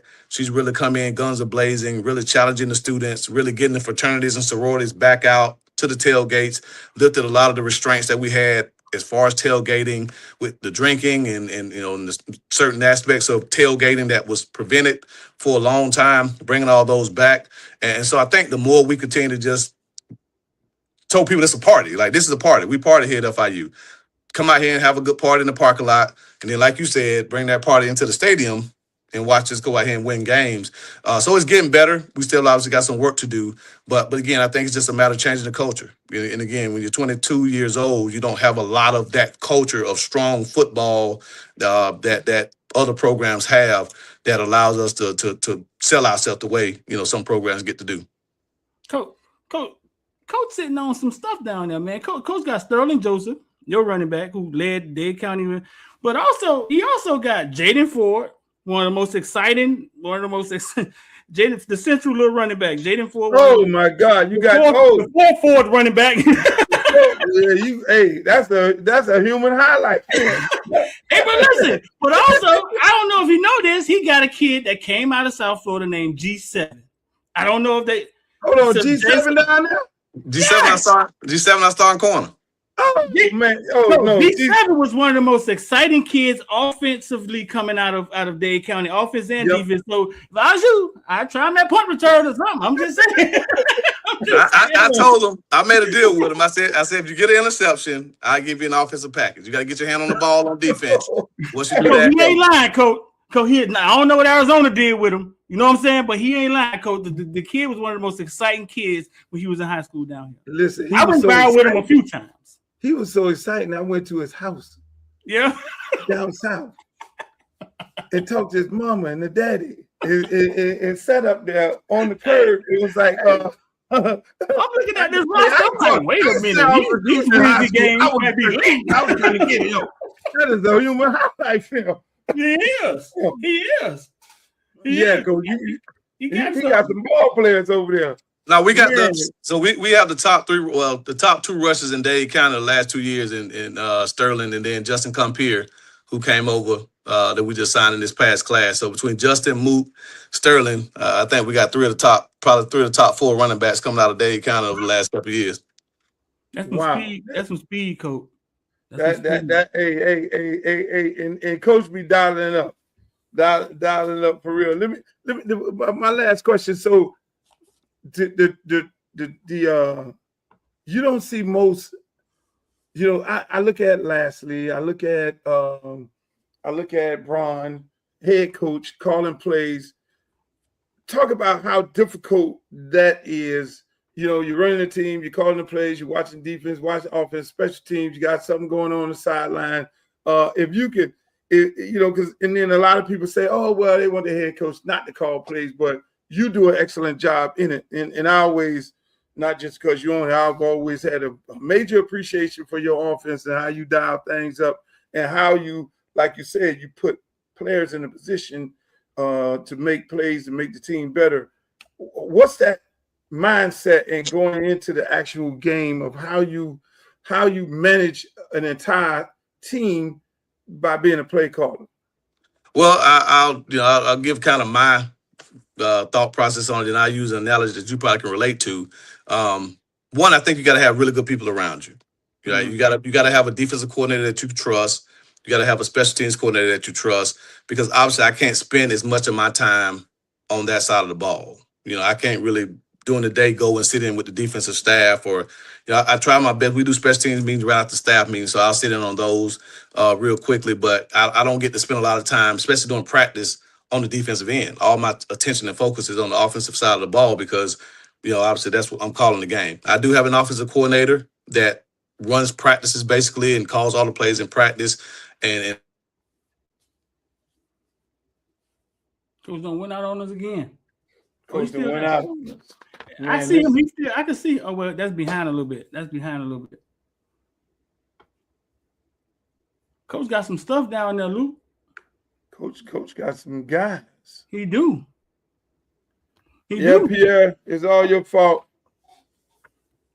Pierre is the engineer here, ladies and gentlemen. Pierre Rutledge. And it's his fault that people go in and out around here. I tried to get my last. No, Coach got some guys. You looked at the roster, huh? Yeah. Coach got some guys down there. Coach gearing up to go fast. Why was he able, you know what I'm saying? Hey, but the key to it is that you heard was use the personnel in the proper position. Use what you got. I mean, ladies and gentlemen, that was Coach. There we go, Coach. Yeah, there we go, Coach back. Yeah, so I'll finish it up. But like I said, you just gotta have good people around. So I'll relate to kind of what you kind of made world renowned in the music industry. It's kind of like producing and writing. Mm-hmm. You know what I mean? Like you, if you came up as a big time rapper and you know how to put words together and all those things, then all of a sudden you say, okay, well, I want to produce my own music. Then you learn how to do that. Well, you could do both. You know how to do. You ain't gonna give up rapping because that's how you made a name for yourself. But now you learn how to produce as well, and so you become that Luther Campbell, that Kanye West, that type of person that can do both. Whether you're an actor and a movie producer, or a performer and a producer. So it's kind of the same thing. You don't give up one to be the other. Like I cut my teeth as a play caller. I became known as a prolific play caller. Well, obviously becoming the head coach, I still keep that aspect as a play caller. I just now have to be the producer, and I better make sure I got a really good production team around me to make sure that everything flows smoothly. So, some people give it up when they become a head coach, give up the play calling. I love play calling. I have a passion for it, just designing things and putting guys in position. But for me, I've had to learn how to delegate more and build a team around me that I truly trust to do their job. I'm not a micromanager. I can't be. Right. You have to do your job to allow me the chance to do mine. I think that's why we've had success doing it that way. Yeah, Coach, you had Barack Obama come to your practice. I mean, I didn't. Take my hat off. The man had Barack Obama. I didn't. I didn't do that, Lou. That was April Fool's joke. Oh, they got y'all got me. Damn, y'all got me. I'm sitting up there. Hold on, that was gonna be my last and final. I'm like, okay, all right. They got you. Look, man, hold on. How did you feel with they got you, man? They got you. Now, you can make it happen. You can make the call to make it happen. We actually need him to come down here, so we know you can get it done. Yeah, I'm gonna do that. Hey, I gotta sit. I gotta send my man the picture because Lord, I'm sitting up there like, hold on, man. I'm retweeting. Hell yeah, congratulations, Coach. And y'all got me on the joke. I can't believe this, man. Coach, you ran the 5K this weekend? I did. You did? I was in the Marines. We ran 3 miles all the time, and I never got used to that. How did that go for you? I tell you what, so I'm trying to get about 3 miles in a day. Now I didn't run on. Yeah, but I'll tell you what, I didn't know I ran it that fast. Like when I got done with it, I looked down at my watch. It was record time. I hadn't run 3 miles that fast probably since college. So I paid for it later on. Trust and believe, I paid for it all day Saturday and Sunday. I ain't moving in. So I took Sunday off and got back at it today. That's probably why I'm sweating because I just got done working out. But no, I mean, it was a good cause. You know, two of my classmates, schoolmates are attorneys. Darryl Lee and Charles G. up in the Orlando area and Tallahassee area, and they put it on in Gadsden County. And of course, Luke can tell you, ain't a lot of good things going on in Gadsden County. So whenever you have people that can do something positive, I want to definitely support. So shout out to G and Lee, attorneys at law, for doing a really good thing in our hometown. That's what's up, man. FIU football. You ain't know I had that. You ain't know I had that clip. Look at the stands. The stands pulled up. We got people in the stands. We're at the stadium. Them boys out there balling, hitting, picking. Hey, bouncing around. Hey, man. Hey, Coach, we're looking forward to a good year. I'm going to be definitely out there hanging out with y'all this year. I got plenty of time on my hands, so I'm definitely going to be out there checking you guys out. And good luck on the season. And make sure you know, anytime you want to come on here and talk about it, this is definitely your home. No doubt, man. I appreciate it, brother. Keep doing what you're doing, man. I'll see you over at the shop later on. Yes, sir. Yes, sir. All right. That's Coach Willie Simmons, FIU football, baby. Hey, let me tell you. I'm telling you, Streeter. What up? That parking lot, if they released the restrictions or whatever it was before, that parking lot, that's like the biggest cocktail party you can ever imagine. The DJs pumping all kind of music out there. They got a grown folks section in there. It's almost like, you know what it reminds me of? It reminds me of Jazz in the Gardens. You know how you had the section over there with the hood at, and you had the regular people over there. It's just a big party. And I always before the games? Yeah. And I always been like, why the game going on too? Now I always said, hey, look, y'all gotta cut the music off. You gotta cut the music off to make them say, hey, cut this music off, not going to the stadium and turn the stadium into the party. But no, man, it's something else. Now they got some exciting players you just mentioned. Yeah. He was able to capture some of this South Florida, this talent that we always wondered, like, why does the talent skip FIU? Like, they should be getting some of them. No, he got some real South Florida talent down there. Yeah, some dudes. I mean, hell, shit, Ford, Johnny Ford, brother, man, we already know that's a human highlight. That's I can see him now. Them other teams, they got to play South Florida. That was Johnny Ford. The brother started out playing there. He was over there with my man, the brother coach over there. No, he was over there with Willie Taggart. I know that boy gonna go over in there with some kind of feelings. The first game up there in South Florida, that's gonna be good. Now, here's something I want your opinion on. NIL, the conversation again. April 16th. NCAA President Charlie Baker sent a memo to every school in the country after meeting with leaders in Washington. And here's the headline you need to understand right away. The NCAA is no longer waiting for Congress to fix college sports. That should get every parent's attention. Now, here's what's happening behind the scenes. Charlie Baker has been meeting with members of Congress, including leaders like Senator Ted Cruz and Senator Maria Cantwell. They've been working on federal legislation to stabilize college athletics. You may have heard of it. It's called the SCORE Act. The problem is it's stalled. There's no clear timeline. There's no guarantee it's going to get passed. So now the NCAA is moving forward on its own. In his memo, Baker said something that really stands out. He said NCAA membership is not waiting for others to act. That's a direct message. And he also said they are pursuing solutions that are, in his words now, pro-competition and legally defensible. Now, let me translate that for you. They know these rules are going to be challenged. They know there's going to be lawsuits, but they're moving forward anyway because the current system isn't working. So what are they actually changing right now? There are three things you need to pay attention to. First, eligibility rules. There's a proposal to move towards age-based eligibility. That means your child's clock could start at high school graduation or at age 19, and they would have a 5-year window to compete. What does that mean for you? Fewer exceptions, fewer waivers, and less room for mistakes. Second, transfers. The NCAA is cracking down on what they call ghost transfers. It's when a player moves without properly entering the transfer portal. If a school allows that player to compete, the penalties are serious. We're talking about head coach suspension and major fines. That tells you how big of a problem this has become. Third, they are trying to simplify everything.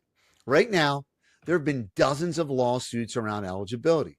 There were over 1,000 waiver requests this year alone, and courts are starting to get involved in decisions that used to be handled internally.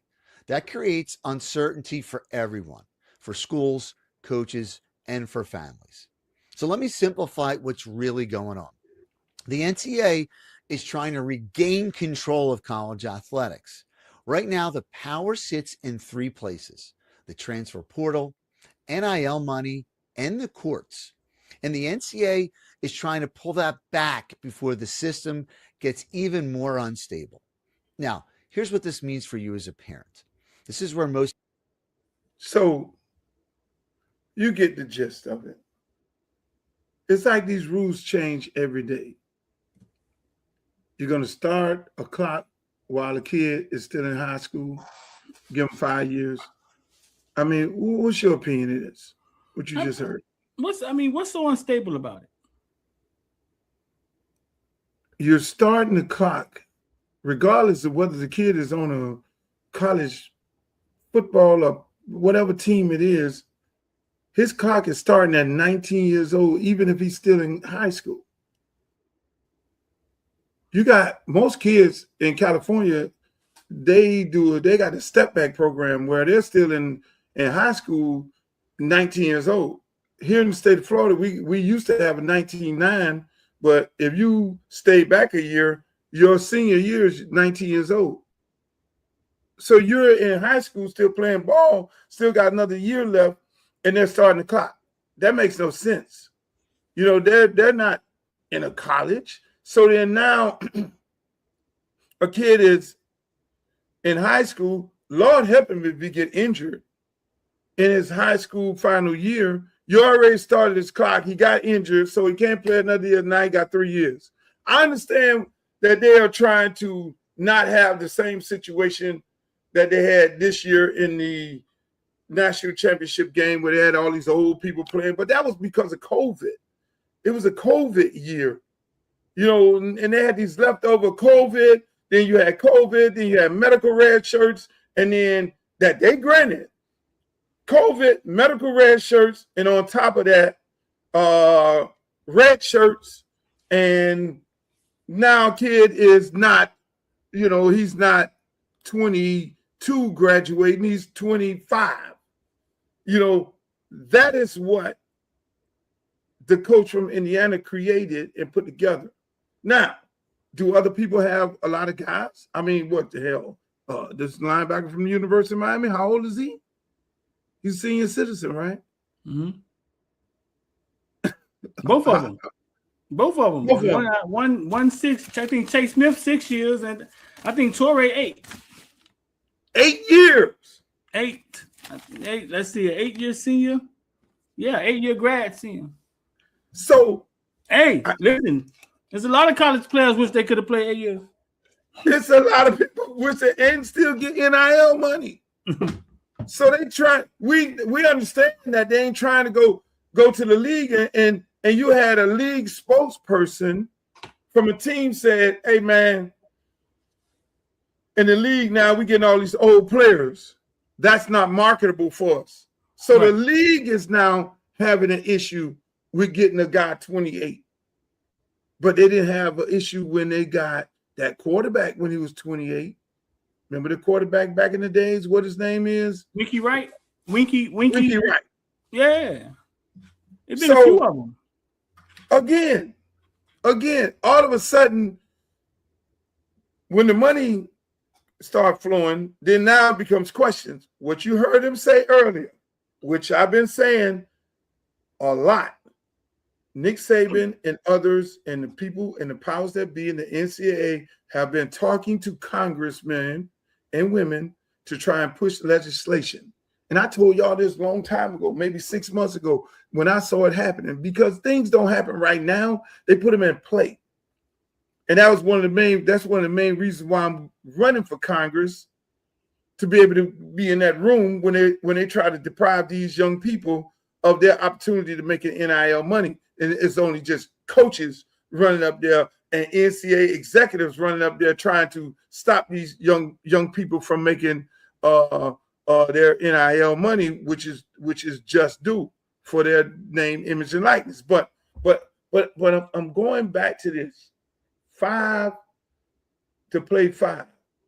Mm-hmm. They did not mention we're gonna get rid of the red shirt, but your clock will start. They did not mention if you go to JUCO.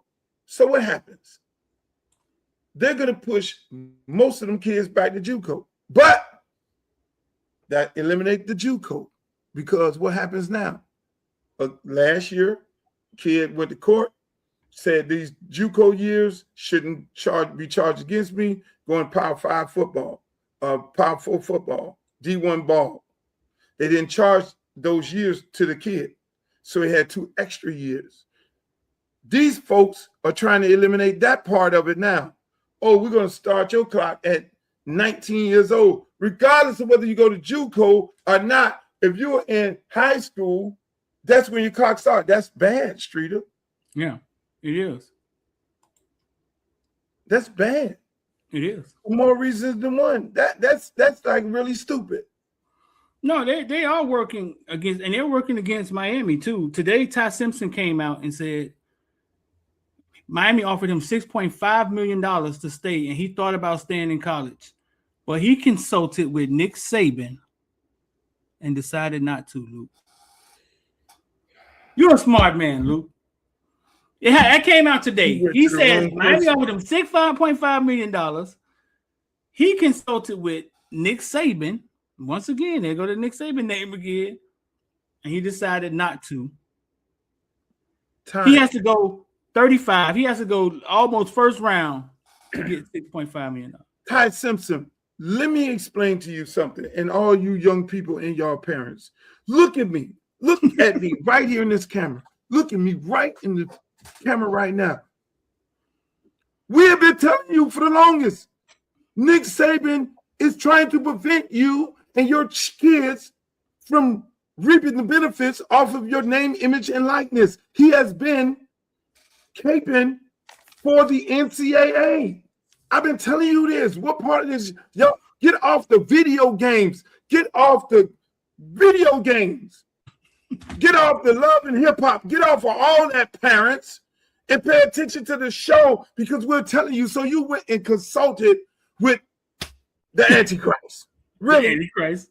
As his coach. You wanted some healing. You wanted some good advice from God, and you went and you consulted with the Antichrist, the guy who's running around trying to stop you from making money off your name, image, and likeness, send you to the NFL. You don't give a rat's ass about you.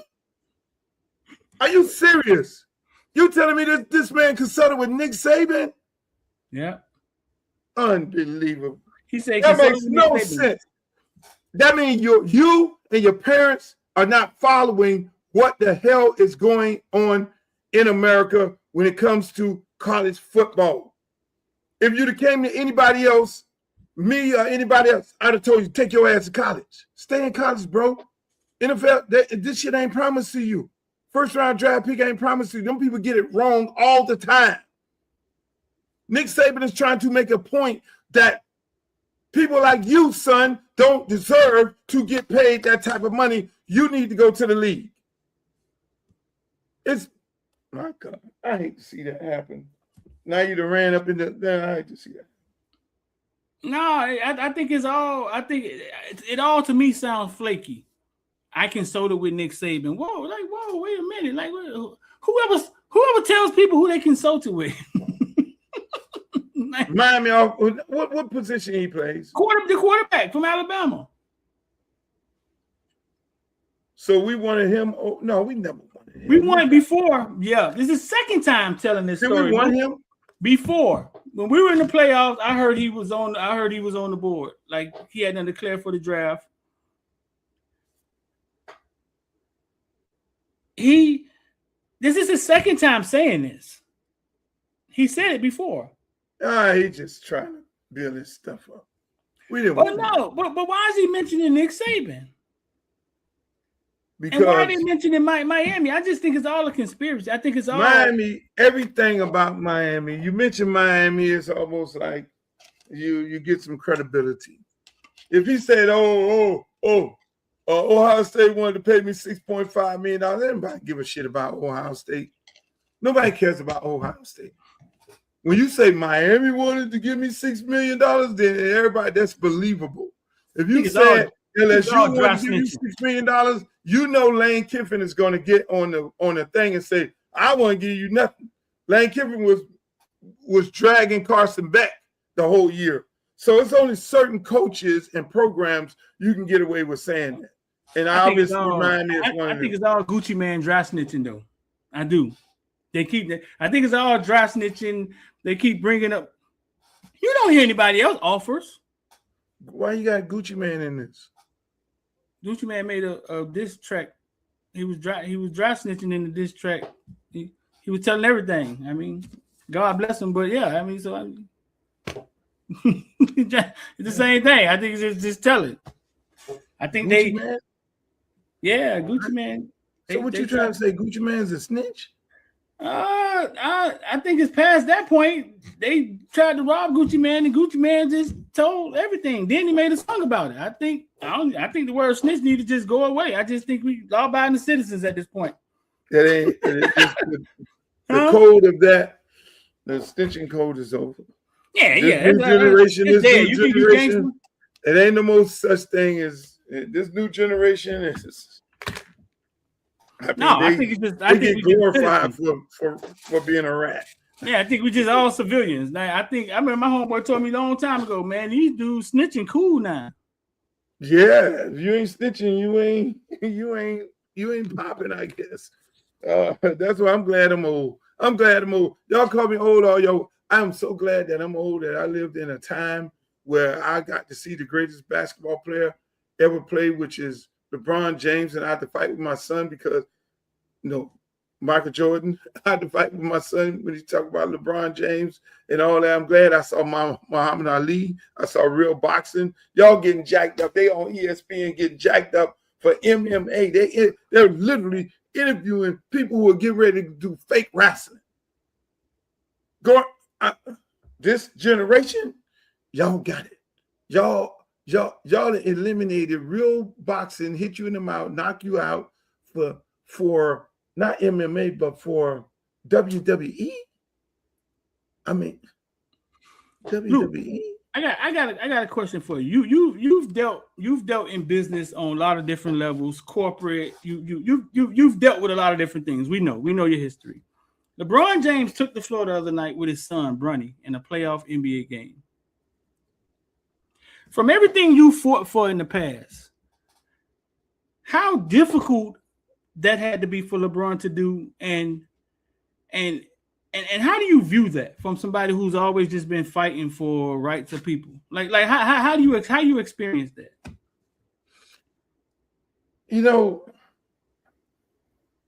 That's Bronny is a very good player. Mm-hmm. If Bronny wasn't LeBron James' son, mm-hmm. Bronny would be a very decent, mm-hmm. up and coming NBA player, just like Bryce. But unfortunately, when you're a celebrity son, mm-hmm. you get heavily criticized. Right. And a lot of people, a lot of coaches don't want to be, oh, I'm putting his son out there because that's LeBron James. Oh, I'm going to make it hard for Shedeur Sanders. Oh, I'm going to make it hard for these top-of-the-line athletes. So the kids, no fault of their own, get the brunt of just bad people. They get the brunt of bad people, bad coaches who cannot separate, who worrying about what everybody else is saying if they start or if they draft Shedeur or if they draft Bronny, or if they put Bronny on the floor. Oh, Bronny is out there because his daddy and all these different things like that. No, Bronny is out there because he can play.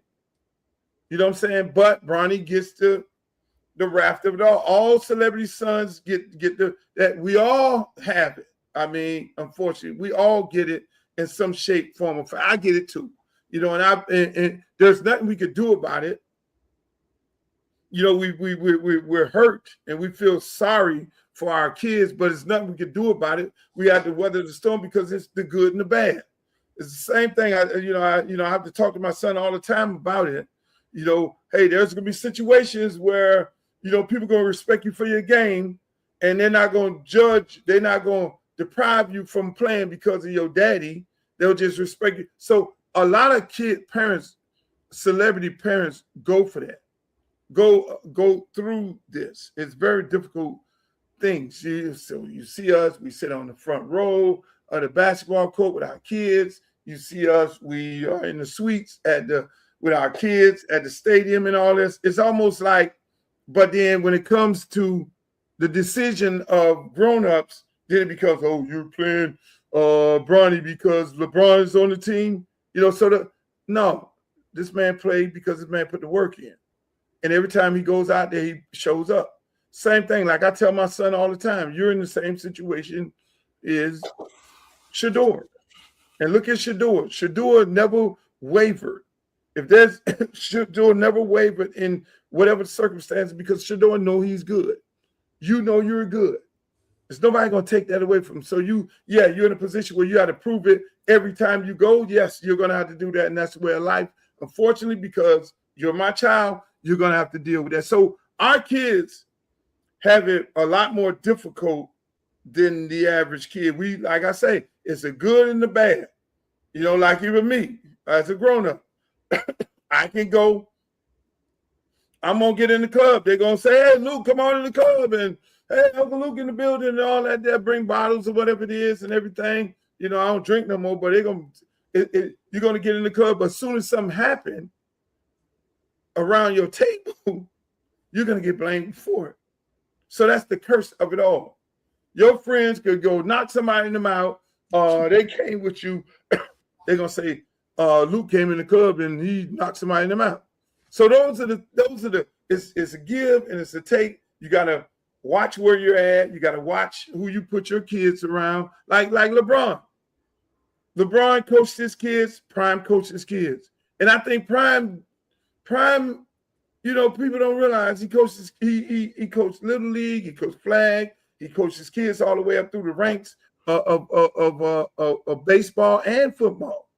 And they chose football, but he literally had to be there. He had to do that because I'm pretty sure what they're doing to his son right now in the NFL, they would have did to his son in either high school or park ball or whatever it may be. So it's almost like you don't want even like, this is my child, because it becomes a bad thing when it's your child. You know what I'm saying? No, it's not about the talent.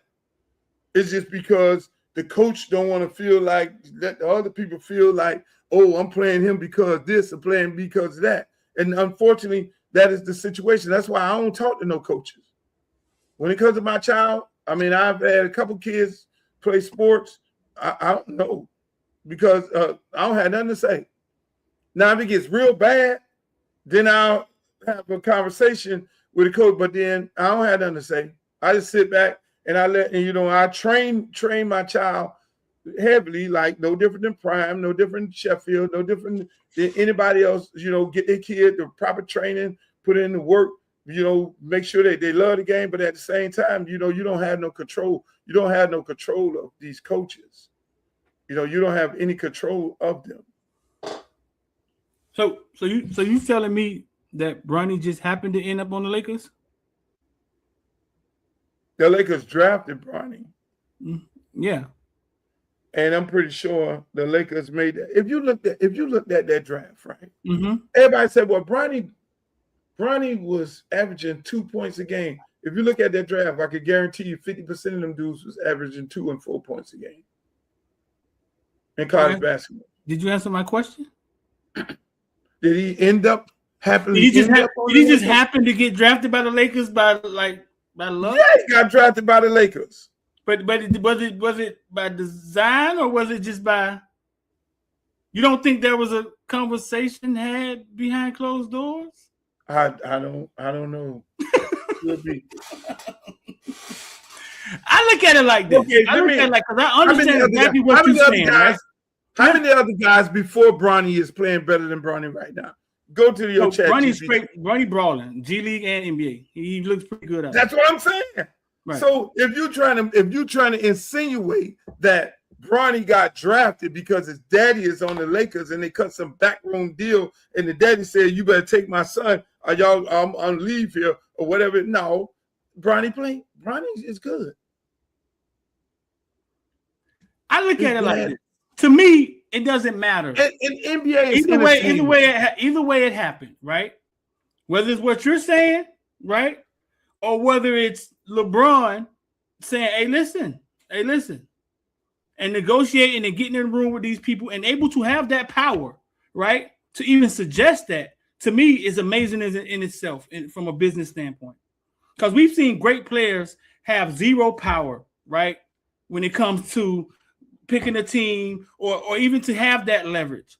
I think it's all amazing to me. See, that's what I'm saying. I'm not saying Bronny can't play. What I'm saying is for his dad to be able to have that power and have that business acumen for them to walk in there and be able to say a XYZ and it happens on that level is just as amazing to me, if you ask me. But it is amazing. And unfortunately, the way it's going down with the Shadors and everybody else of the world, you damn near got to do that, to be honest with you.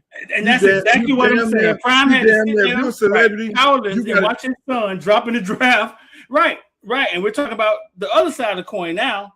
LeBron and his crew, because I've heard that they some sharks when it comes to negotiating. I've heard they are some sharks. I think it's amazing either way, bro. I think it's amazing either way. Either way it happened, I think it's pretty amazing. Look, so you can the way this shit is going down, the way it's going down right now with celebrity kids, social media, and how they're being treated. If you do that, that's fine, because there's no reason in the world for these kids to be treated the way that they're treated. Right. I mean, like right now, prime time, everybody they had every kind of story. There ain't nobody wanted to draft Prime's son because they know Prime is going to take their job and all that. And he's been coaching his kids forever, but they ain't never said that about Eli or Archie or anybody like that. But I guess they weren't coaching. But again, here's the thing. Like right now, I want Prime to go to the NFL, and I want him to coach his son. Before, I wouldn't have said that. I want him to go to the NFL and coach his son and light their ass up. It's just that simple. I really want. But they all get put under that scrutiny. I guarantee you, Mario Cristobal's son, he plays basketball good. They'll get up under that scrutiny. But again, it's a lot of that going on these days, and so it makes it more. It makes it. Before I was saying, nah, man, don't coach. Mookie Betts, the Mookie Betts story, perfect example. Mookie Betts story. Since we started off talking about baseball on this show, Mookie Betts' mother tells a story that they wouldn't let Mookie Betts on the team. He went from one team to the next team. They let him on the team. They wouldn't let him play. He was playing with all these Hispanics. They wouldn't let him play. So the mama did what? She started her own team. She literally started her own Little League travel ball team and took the team around and played everybody. Her son played on the team and they beat everybody. And Mookie Betts on the team, him and maybe another other kid on the team end up in the major leagues. You know, and he did not come from a situation where his dad was a celebrity. I mean, he come from a situation of being deprived the opportunity to play in baseball because baseball is now blackballing black kids. I said it, and that's what they're doing. So again, you're black, you're being scrutinized the same way primetime son is being scrutinized, added on to top of it, add the celebrity part of it. Then now you really got a problem. Trump, you know, and it's all because street is all because of integration. I'm always going to go back to that. Segregation, integration, you name it. Once we start taking on these other people's way of life, then what ended up happening is the dollar weakens in the black community, businesses weaken, we go backwards other than forward because we were at a great place in the 70s and in the 60s and the 80s. It started going bad. They brought crack into the neighborhoods to kill us off, to give us a whole bunch of crack babies, so that nowadays all these crack baby parents got to put their kids on some type of medication to deal with that, and it's crazy. I mean, the way they do the black community, and you know the way they do us, and the way they try and put their feet on the necks of us is really, really amazing. That some of us come out of this sane, like me and you and others. It's amazing that we could come out of it because there are so many obstacles in the way to prevent us from just living to 35 and 45 and 65. Yeah. I think it creates some resilience though. Like once you get somewhere, you've been through something and you fought through something and so you can deal with adversity. Yeah. We literally pull ourselves from the bootstrap. And what people don't realize that, and that's why, I mean, they got us in the brains. They got us thinking that what's sexy is the craziness that you see on TV, and everybody want to be like that. They got us with, I mean, hell, they just try and keep us sleeping. And so again, they've been doing a good job. They've been doing a good job. They've been doing a good job. Who that? Keeping us sleeping. They don't know what kind of magic potion they got. It was in the pizza on Thursdays at elementary school. They put it in the pizza. Shit, they need an Academy Award for this. They need an Academy Award for this. They need an Academy Award for what they doing to black people. And God, they got us hoodwinked and bamboozled and all confused around here. We confused. Man. We want to get mad with each other when we ain't even got no reason to get mad with each other.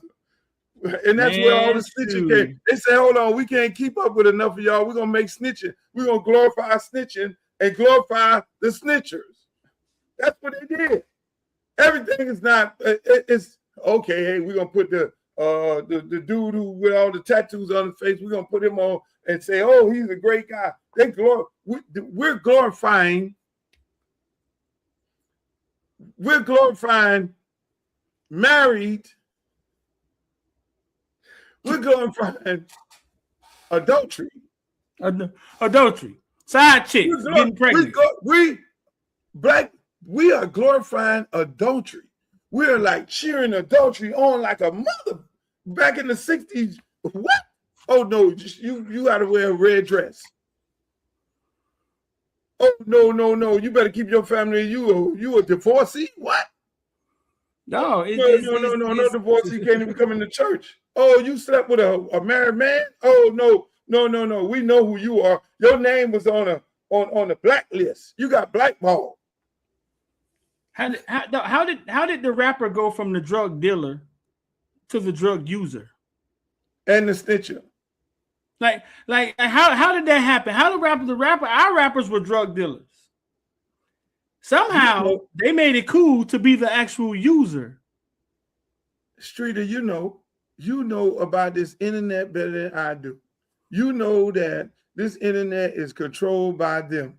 That the bots and all that, when this internet and this social media push a certain person, then it's coming through. It's in the algorithm. How does a snitch get in the algorithm? You know that. You know they control all this, Streeter. That's it.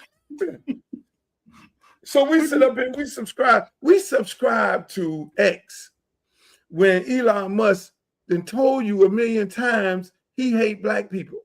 He's even suing some black people, right? Yeah, he's contesting in Colorado that his AI should be able to discriminate against blacks. Thank you. And we on X. So can you say that again for the people in the back what Elon Musk is doing? Can you say it one more time? He has a lawsuit in Colorado. He's trying to say that his AI should be able to discriminate against blacks. Now, if that don't make you delete X, what does? How many followers you got over there? 89. Hey, listen. No, you got more than that. Streeter, this is how screwed up X is. I've had 89,000 followers for the last 5 years. According to X, I have not gained one more follower in 5 years. I've had 89,000 followers in 5 years. Now, you tell me something ain't wrong with that. You tell me the man ain't controlling that. You got 98. So you're saying you've been stuck at 98 for 98 5 years? You done been viral numerous times. No. I was 89. I was at 89 for a long time, so I gained 10,000. You done been viral numerous times. Been viral? Oh, shit, hell, I've had 500,000 people look at come on, man. We're gonna go viral today. So 500,000 found a post that I made on X, and I couldn't translate any of them to follow me. They just looked at the post and kept on moving. Really? I go file for a TikTok account, ain't even verified, don't even know how to verify, and I got damn near 200,000. And I just fired up that account. Any account that I open up, I'm automatically over 100,000. Not X. Make it make sense. X is, I go over there. Listen, I go over there, and I'm gonna keep it. I'm gonna keep that account. So one thing Trump did is jumped up out of there and created his own social media. I think that's what I'm gonna end up doing: create my own social media and just hang out over there with my own social media. X is a place where it's a bunch of devils at. It's ran by the devil, and it's a bunch of devils over there. I shouldn't say that. All y'all ain't devils or X, but at the end of the day, that's pretty harsh. That was pretty harsh. Yeah, it's ran by the devils. That's pretty harsh. In my opinion, it's ran by the devil. If the owner of X is suing black people, what he's not the Antichrist? This man, daddy, allegedly one of the people who had Nelson Mandela locked up in jail. Wow. This man just came and read that. This man did the Heil Hitler salute and said, "Oh, I didn't do that." But y'all I won't buy no electric car. I will not buy no Elon Musk car under no circumstances. No. I mean, it's amazing, man. The stuff that we go to, even just going through his whole situation, it is amazing of what we do and what we stand for. Only time we get excited is when some cop kills some unarmed Black person, then we get all excited, and that gives us a reason to run out in the streets and protest and all those different things. And some of us take it upon ourselves and use that opportunity to do some looting. But anytime other than that, we're asleep at the wheel. You just told me about a parent sleep at the wheel asking Nick Saban, should he take $6 million or not? That's the most ludicrous thing I've heard today. I'm pretty sure I'm going to hear some more things. We talk about Black Wall Street and about us being together and how far we have moved from our traditional values to where we at right now. Come on, man. It's all in the cards. I mean, we shouldn't have to sit here and worry about somebody else doing something for us. I mean, how many Black people sit in the media room with you at the University of Miami? On a consistent basis? One, two other guys? Two. Out of how many people?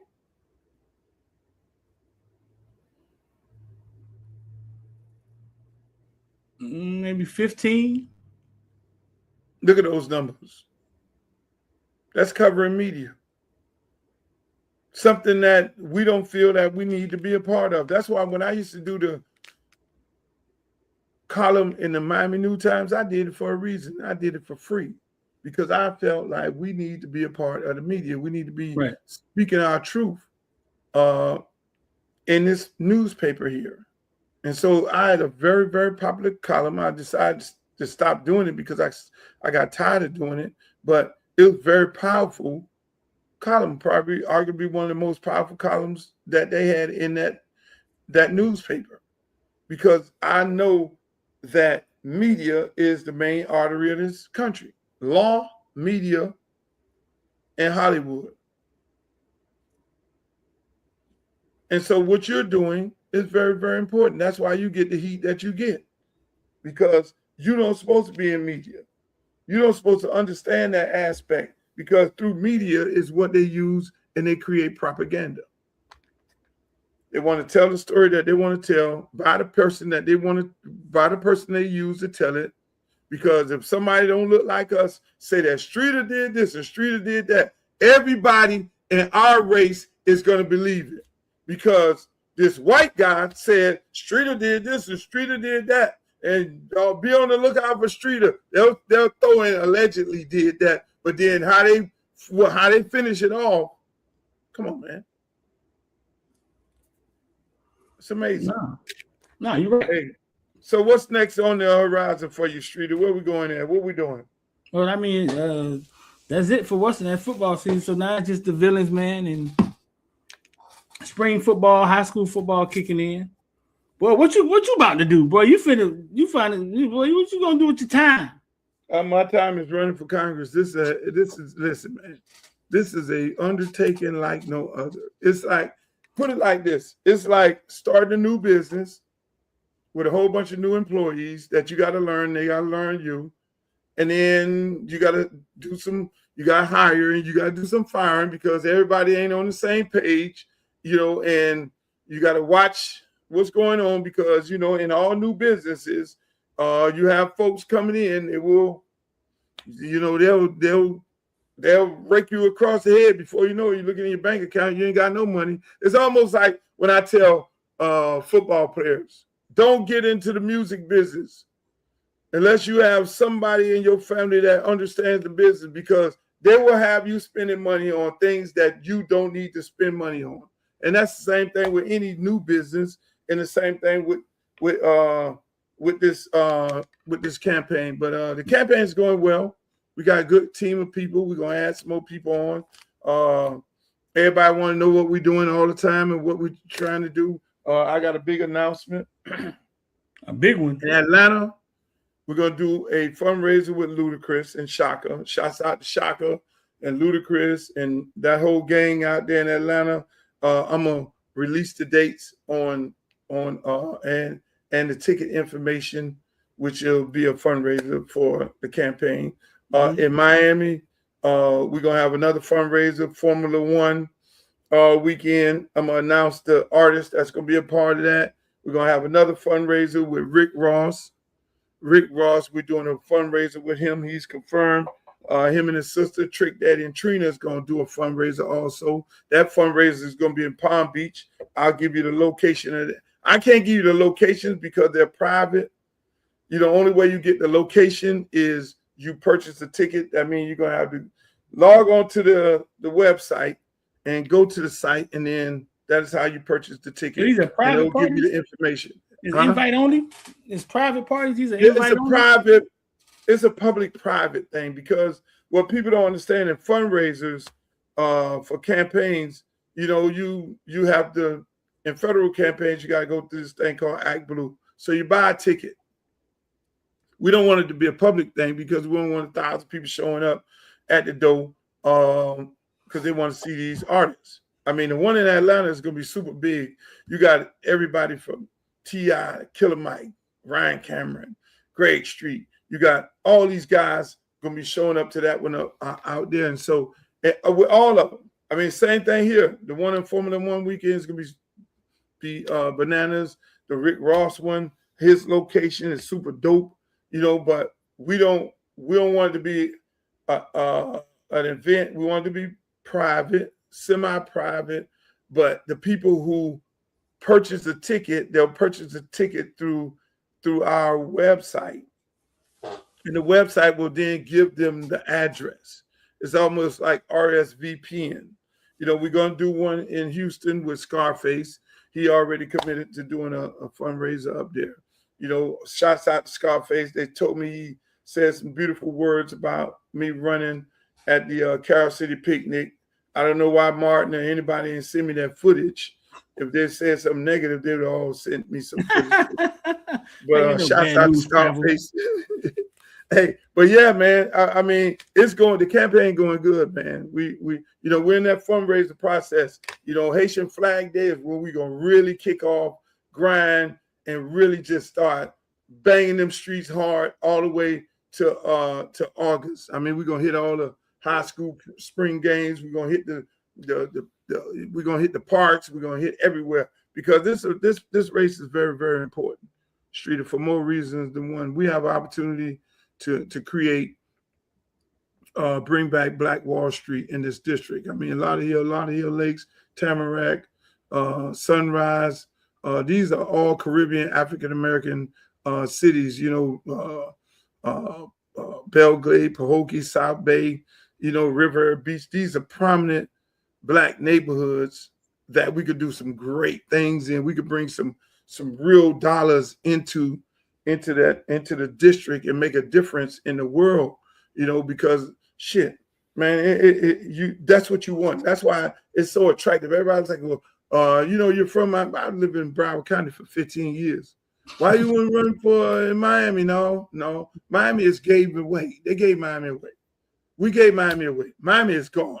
Who we gave it to? Miami live in Broward. Who we gave Miami to? Cubans. And the Cubans then gave it away to the foreigners. That's why right now you got a white mayor. Think about it. Little Havana ain't Little Havana no more. Little Haiti is not Little Haiti no more. So the Cubans took over it, and then the Cubans got gentrified.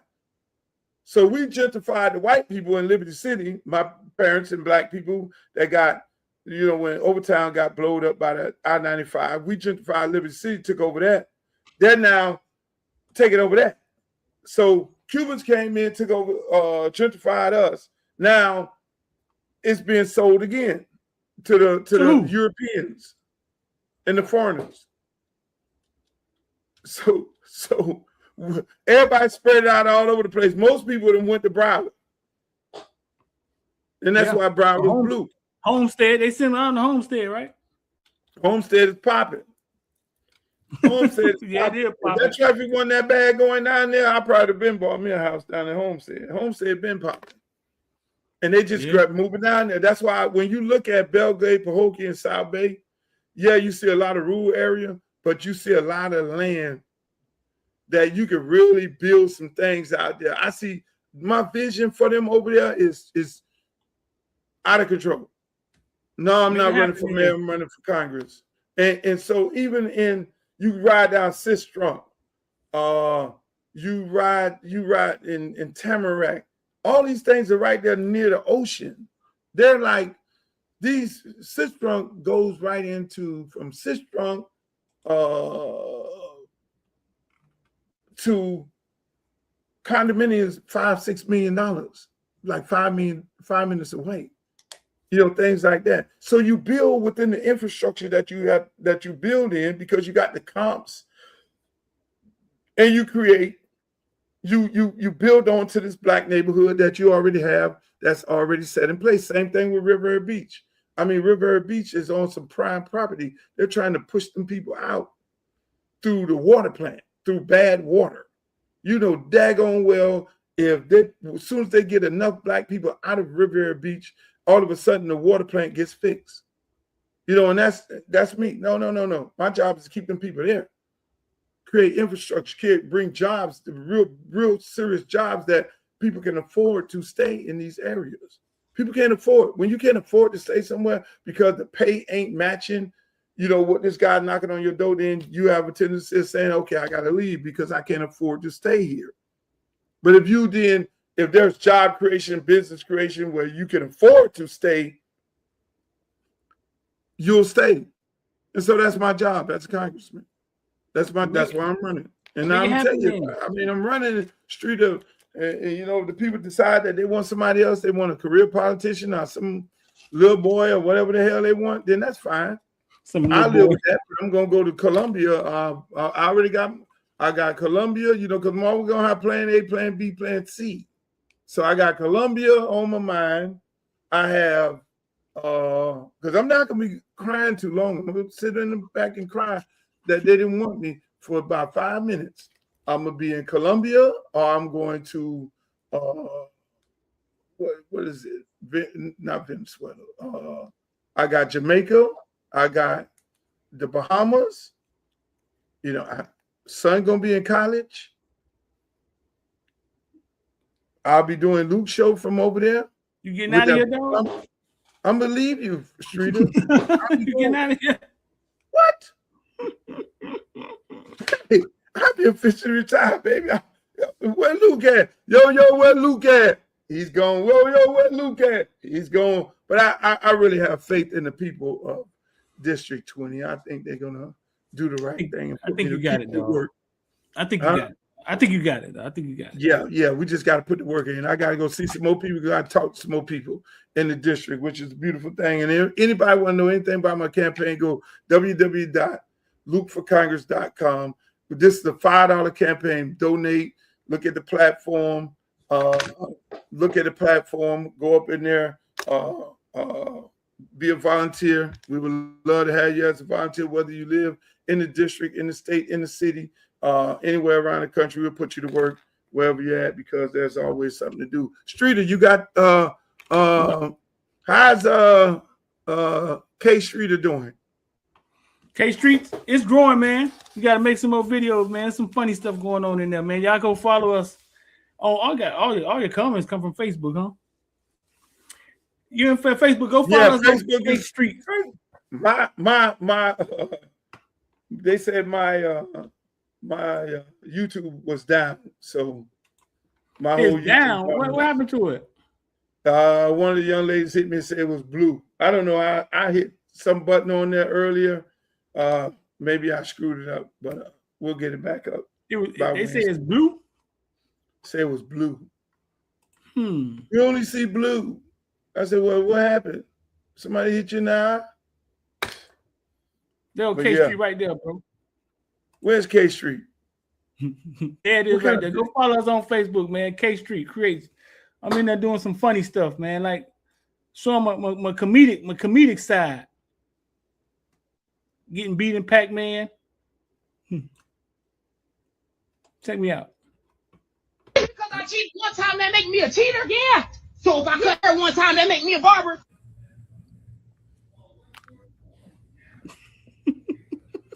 Yeah. Yeah, I'm being funny, dog.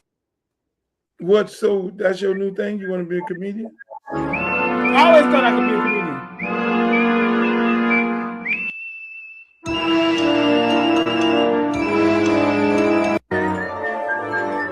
Yeah, Yeah, dog. My creativity ain't just football, dog. Go follow us, man. K Street, man. Go follow us, bro.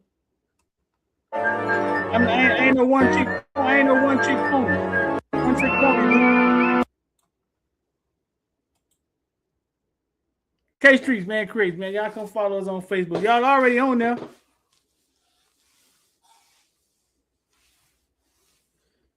Finna blow that thing up, man. Follow this because it seems really, really interesting.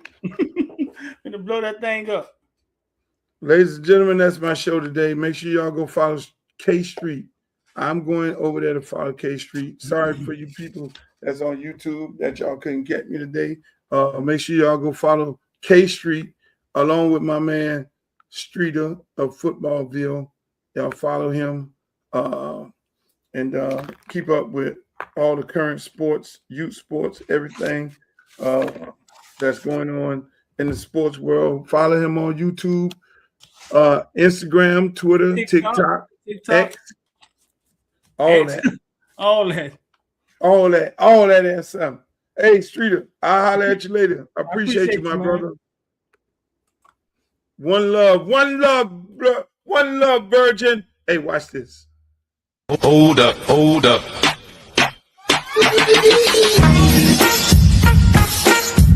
Yeah. Hold up, hey, woman. Y'all like that?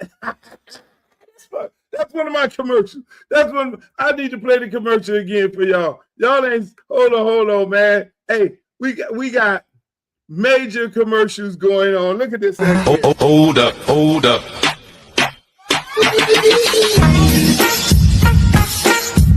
Yeah. Hold up, hey, woman.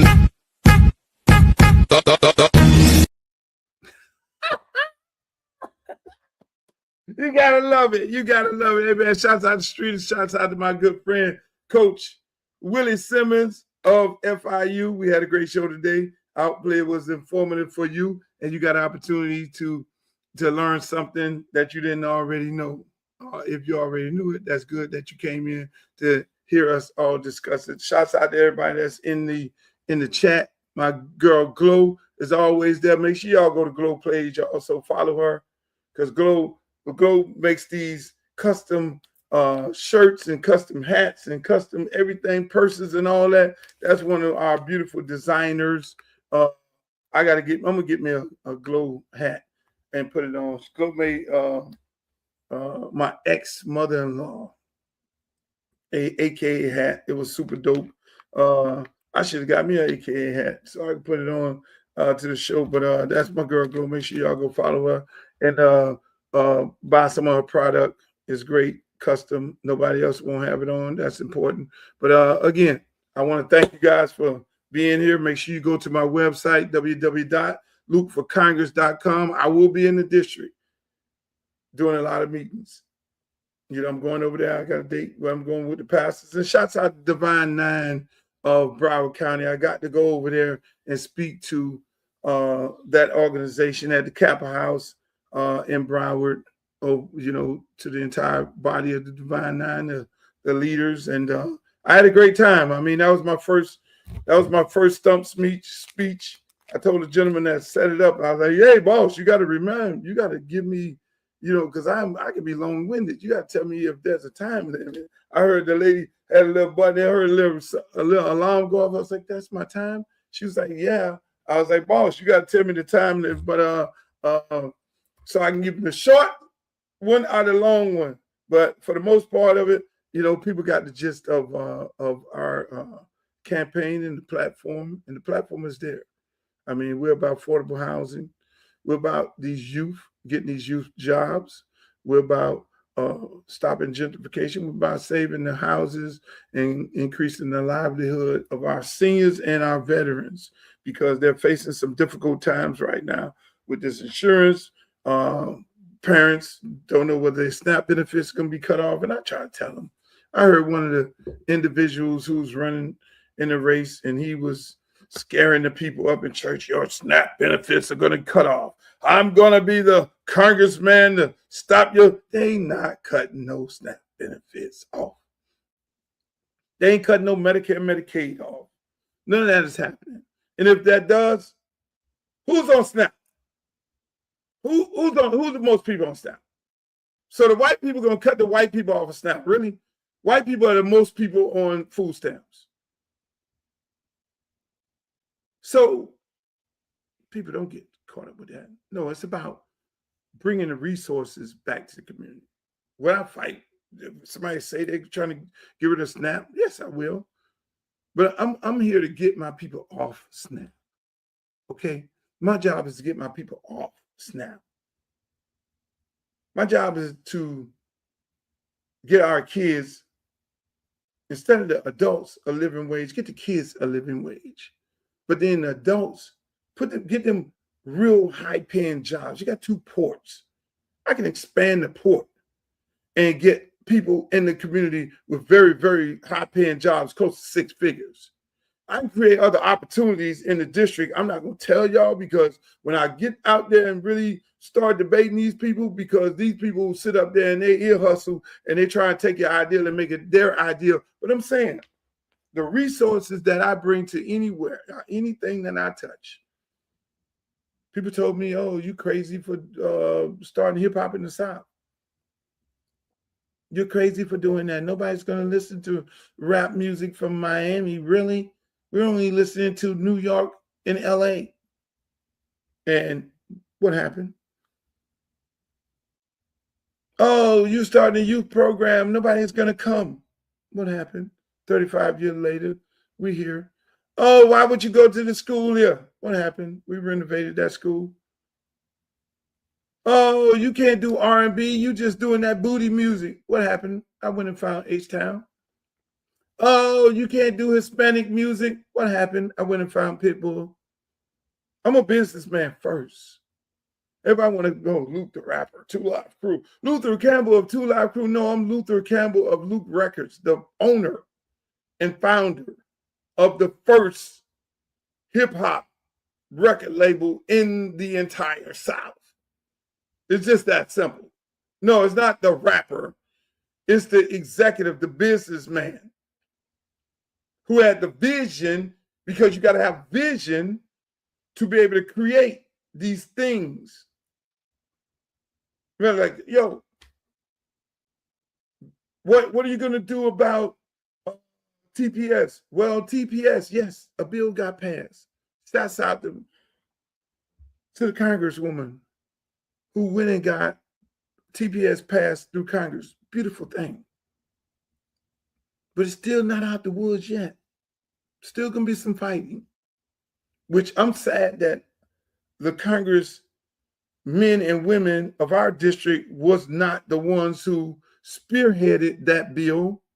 That goes to show you that half of them sitting on their ass. It had to be the Congresswoman from Massachusetts to spearhead that bill. Make that make sense. We got all these Haitians and Venezuelans here in South Florida, and I want to know if Carlos Jimenez voted either for it or not. You only had 6 Republicans vote to give these people extra 3 years. It's not out of the woods yet. Still more work to be done, because Donald Trump is fast-tracking his rejection of TPS, temporary status, for immigrants, all the way up to the Supreme Court, and he thinks that's where he's going to win at. That's his thing. He has his bill fast-tracked. Then it has to go. So now the bill leaves Congress, and it got to go to the Senate. So it goes to the Senate from Congress to him. He has to then put his John Hancock on it. He's not going to sign that. He's already taken the fight to the Supreme Court. So it's a long battle. It's a long battle when it comes to TPS. It's a long battle of protecting these people's status in this country. And so you won't have to worry about some congresswoman or man from another state or another city in the globe fighting for the immigrants, fighting for the Haitians, the Bahamians, the Jamaicans, the Venezuelans, all the people of my district. No, you won't have to worry about that. I'll be doing the fighting. I'll be at the front of the table. I'll be the one taking the fight to them. But the most important thing is, man, bringing those resources back. I mean, think about these kids. I created a program in Miami where I said, hey, man, I ain't worried about we just ain't gonna do summer jobs. How about year-round jobs? I created that, year-round jobs. But the kids have to be involved in some type of school activity, whether it's football, basketball, baseball, cheer, girls, whatever it may be, whether it's the Glee Club or whatever, you name it. Now the kids had jobs on a year-round basis, and they had to participate in those clubs. If they stopped in those clubs, they lost their job. Now we know where our kids at. This me. You got to have vision, not division. Nobody wants to do the work. I'm not an elected official. I'm just a community servant of looking at our kids are dying at an alarming rate. Why are they dying? Why are our kids going to jail? Because they're leaving, going home. Why the girls going through what they're going through? What do we need to do to stabilize our community? So those are the things that I'm going to bring to my congressional district, 20. Yeah. My kids in my district, they're going to have jobs. They're going to be working. They're going to have a pathway of, if I don't go to college, how am I going to be successful as a girl and a boy? They're not just be sitting there it's going to be by choice that they sit down on a video game and choose a different path, which we know we can't save everybody. But I'm involving the parents, I'm involving the grandparents, and they're going to all know that here's their opportunity to get themselves out of the situation that they're getting in, that they're in. We're going to bring back the trade schools. Yeah, we're bringing back trade schools. We're bringing all that. We're bringing back technical schools. We're bringing back apprentice. Come on now. And then we're investing in our community. Affordable housing. Everybody talk about affordable housing. We need affordable housing. Yes, my entire district needs affordable housing. But what do they normally do? They go get a developer who don't live in the community, who come from outside the community, develop in the community. None of those jobs go to the individuals who live in the community because most of the people in the community don't have a trade. They don't know how to go work them jobs. So they bring in all this cheap labor and all these people from other parts of the community, and the developer comes from out of the community. He takes the money and goes on down the road. No. It's going to be on my watch. It's going to be developed by the people for the people. We are reaping the benefits. The people of the community, of the district, is reaping the benefit. We're going to go look scout. If we don't have a developer that lives in the area, from the area, then we're going to go find where he went. He might be in Atlanta. Hey, boss, you need to come on back home because you have an opportunity to develop your community that you were born and raised from. And you're going to then take the people from the community and put the resources back into them. Because most of our talented people left. They left because there's no opportunity for them. Most of our brightest, our best and brightest took off, moved to Atlanta, Detroit, Chicago, you name it, because they have better opportunities. My job as a congressman is to create the opportunity so they don't have to leave. Hell, you got 300 workers out of the school system. They get ready to close schools down in Broward County. That's because of lack of vision. How do you close a school down, reopen it as a charter school, and the damn thing is filled up the next day? That's bad management by the school system. What are you doing wrong? Maybe you need to change the menu. Maybe you need to change the way you're operating as a school. Maybe you need to offer some more programs. Maybe you need to do business a totally different way, because if you're losing students, therefore you're now firing staff, that means you need to really look at how you're operating. This ain't just happened in Broward County, it happened all over the country. Because we know the Republican thing is charter schools. Charter schools are not beneficial to Black students. I'm here to tell you. Let me tell you all that right now. That is another form of system that will set our students, our kids back. They ain't letting them in all the best and brightest charter schools. They don't let them in if they play sports. Hello, let's keep it a buck. So how about investing in our public schools, changing the way we do business in the public schools,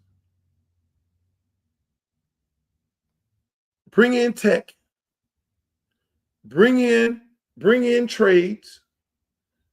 Now you have, stop with this, these public schools. They cut the budget of the athletic department. Each public school gets $25,000 for the entire athletic department. Mind you, meanwhile, the charter school, they have an endless budget. They're paying the daggone football coach and basketball coach and soccer coach damn near 6 figures and give them a house. How could they do that receiving the same money that the public school is receiving from the state with these kids on vouchers? Make that make sense to me. Come on, it don't make sense. It means that your public schools have been infiltrated by bad people, and bad people don't want to change how these schools are. You got some of these damn board members teaching and working and consulting charter schools. The fix is in. So my platform is about helping these young African-American kids, these students in my district, have a pathway to a successful life and not a pathway to McDonald's.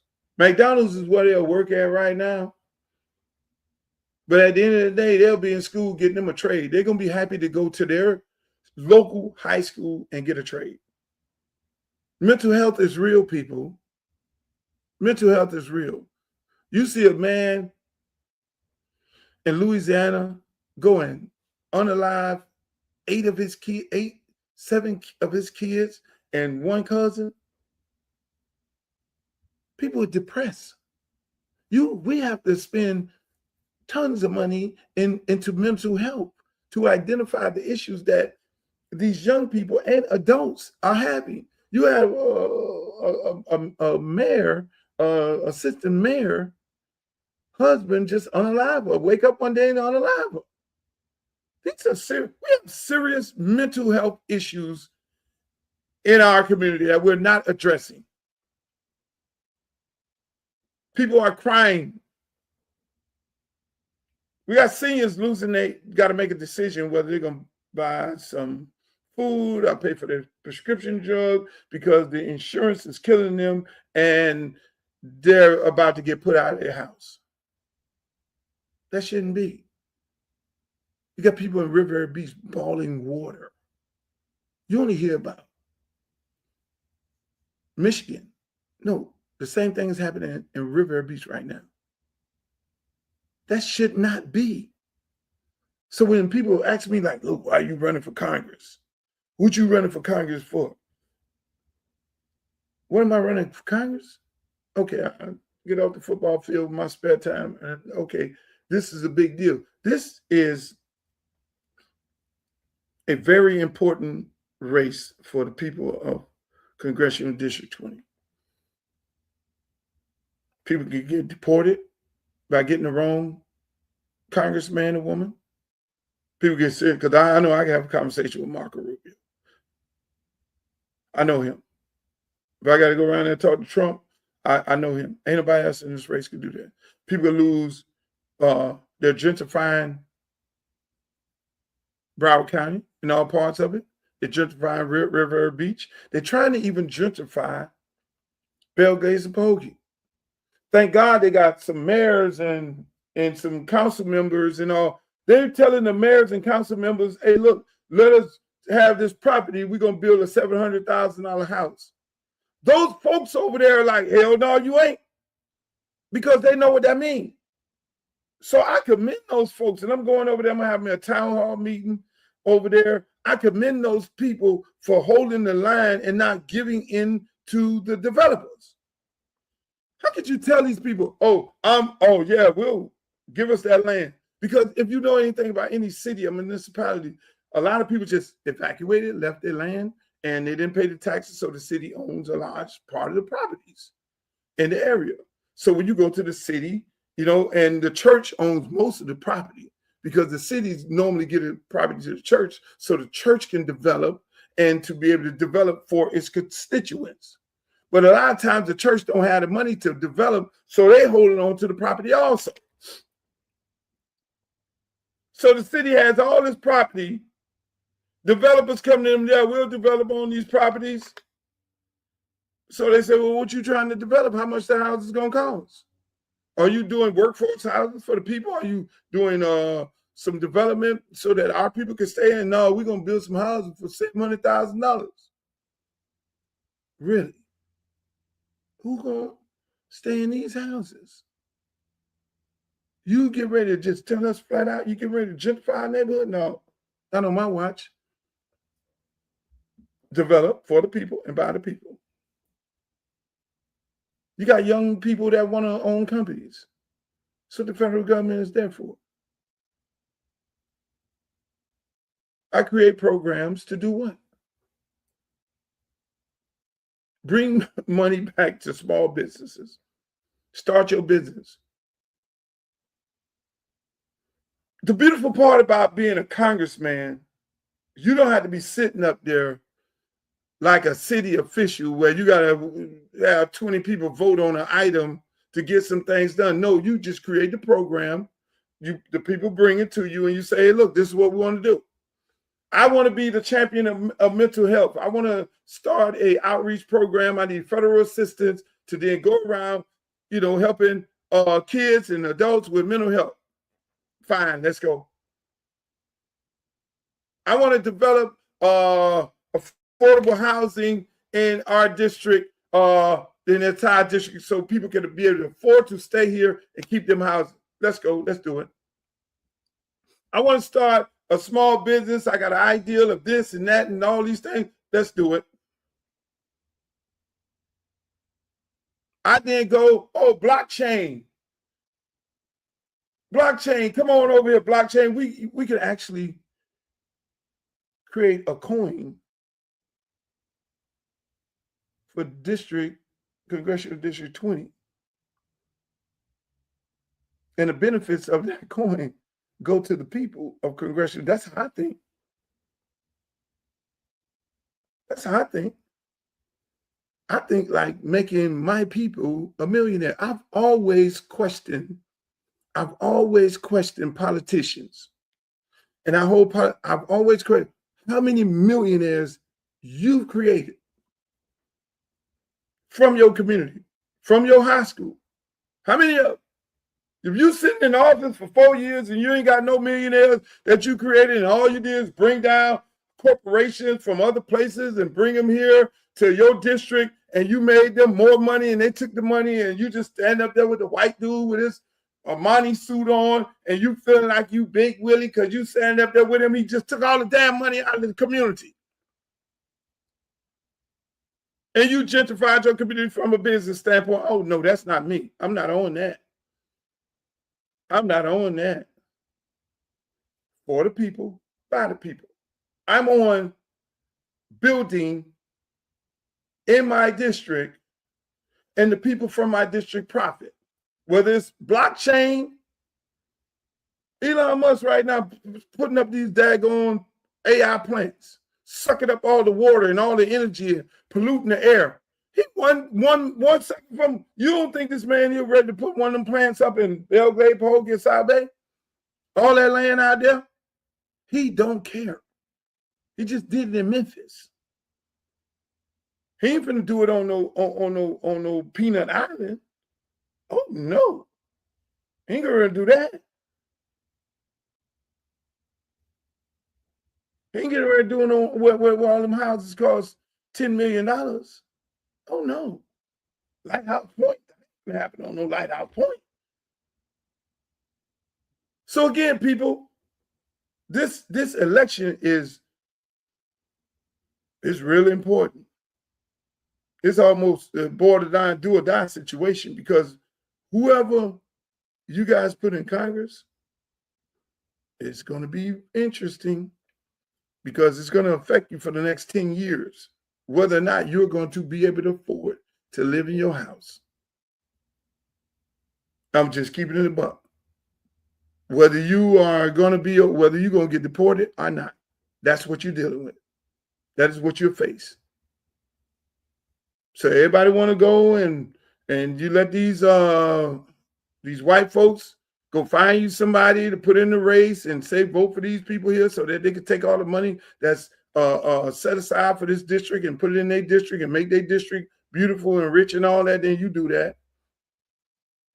If you think for 1 minute these career politicians are gonna be able to stop, they got the whatever, you know what it is, to be able to stand up to Trump and the Marco Rubio and all these people, and you really feel like they're going to be the one to protect you from getting deported, okay. If they got the vision to bring jobs and they got the vision to be able to relate to these kids, to be able to put them to work and create opportunities for everybody in this district where they could thrive, they can afford to stay here, they can get subsidies for the high cost of insurance, then if you got somebody else, please let me know. If there's somebody else, because all I do is I look at these people platform, and I look at the videos of them speaking at their town hall meeting. They talk about SNAP, Medicare and Medicaid. That ain't going nowhere. They ain't talking about how they're going to bring the resources back. They ain't talking about that. They talk about, oh, I was your former commissioner, and you got to vote for me for that. Come on, Gladys. No, you got to vote for me for this reason, that reason. That. Okay, do that if you want to. My job is to bring the resources back. That's why I'm running for Congress. I ain't going up there to get on MSNBC and CNN. I can do that right now if I want to, without running for Congress. I can get booked on these networks and talk trash about Donald Trump and anybody and not be a congressman and go home and work and mind my own business. I'm not trying to go to, I'm the guy going to work across the aisle. If I need to work across the aisle, get some things done and bring some resources back, yes, I am going to do that. I'm not going to turn the money down. We've been turning money down for the longest. That's why we're in the situation we're in now. We were thriving. I'm old enough to know how we were back in the day. We were a thriving community before integration and gentrification happened.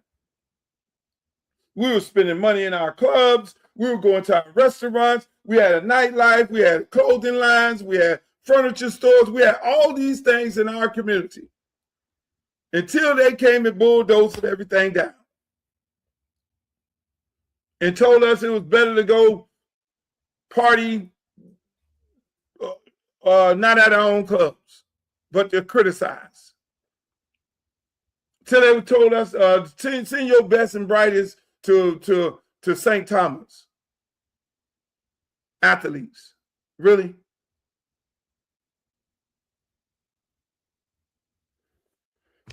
Ladies and gentlemen, that's my show. I had a nice day. See y'all back. Make sure y'all go to my website, www.lukeforcongress.com. Go on there. Look at my platform. Be a volunteer. Make a donation of $5. If not, thank you for all your support. We're going to keep running. We're going to keep doing what we're going to do. And we're going to get this thing done. We're going to represent and support the people. Until the next time, in the words of Walter Cronkite, may the good news be yours. Bye-bye.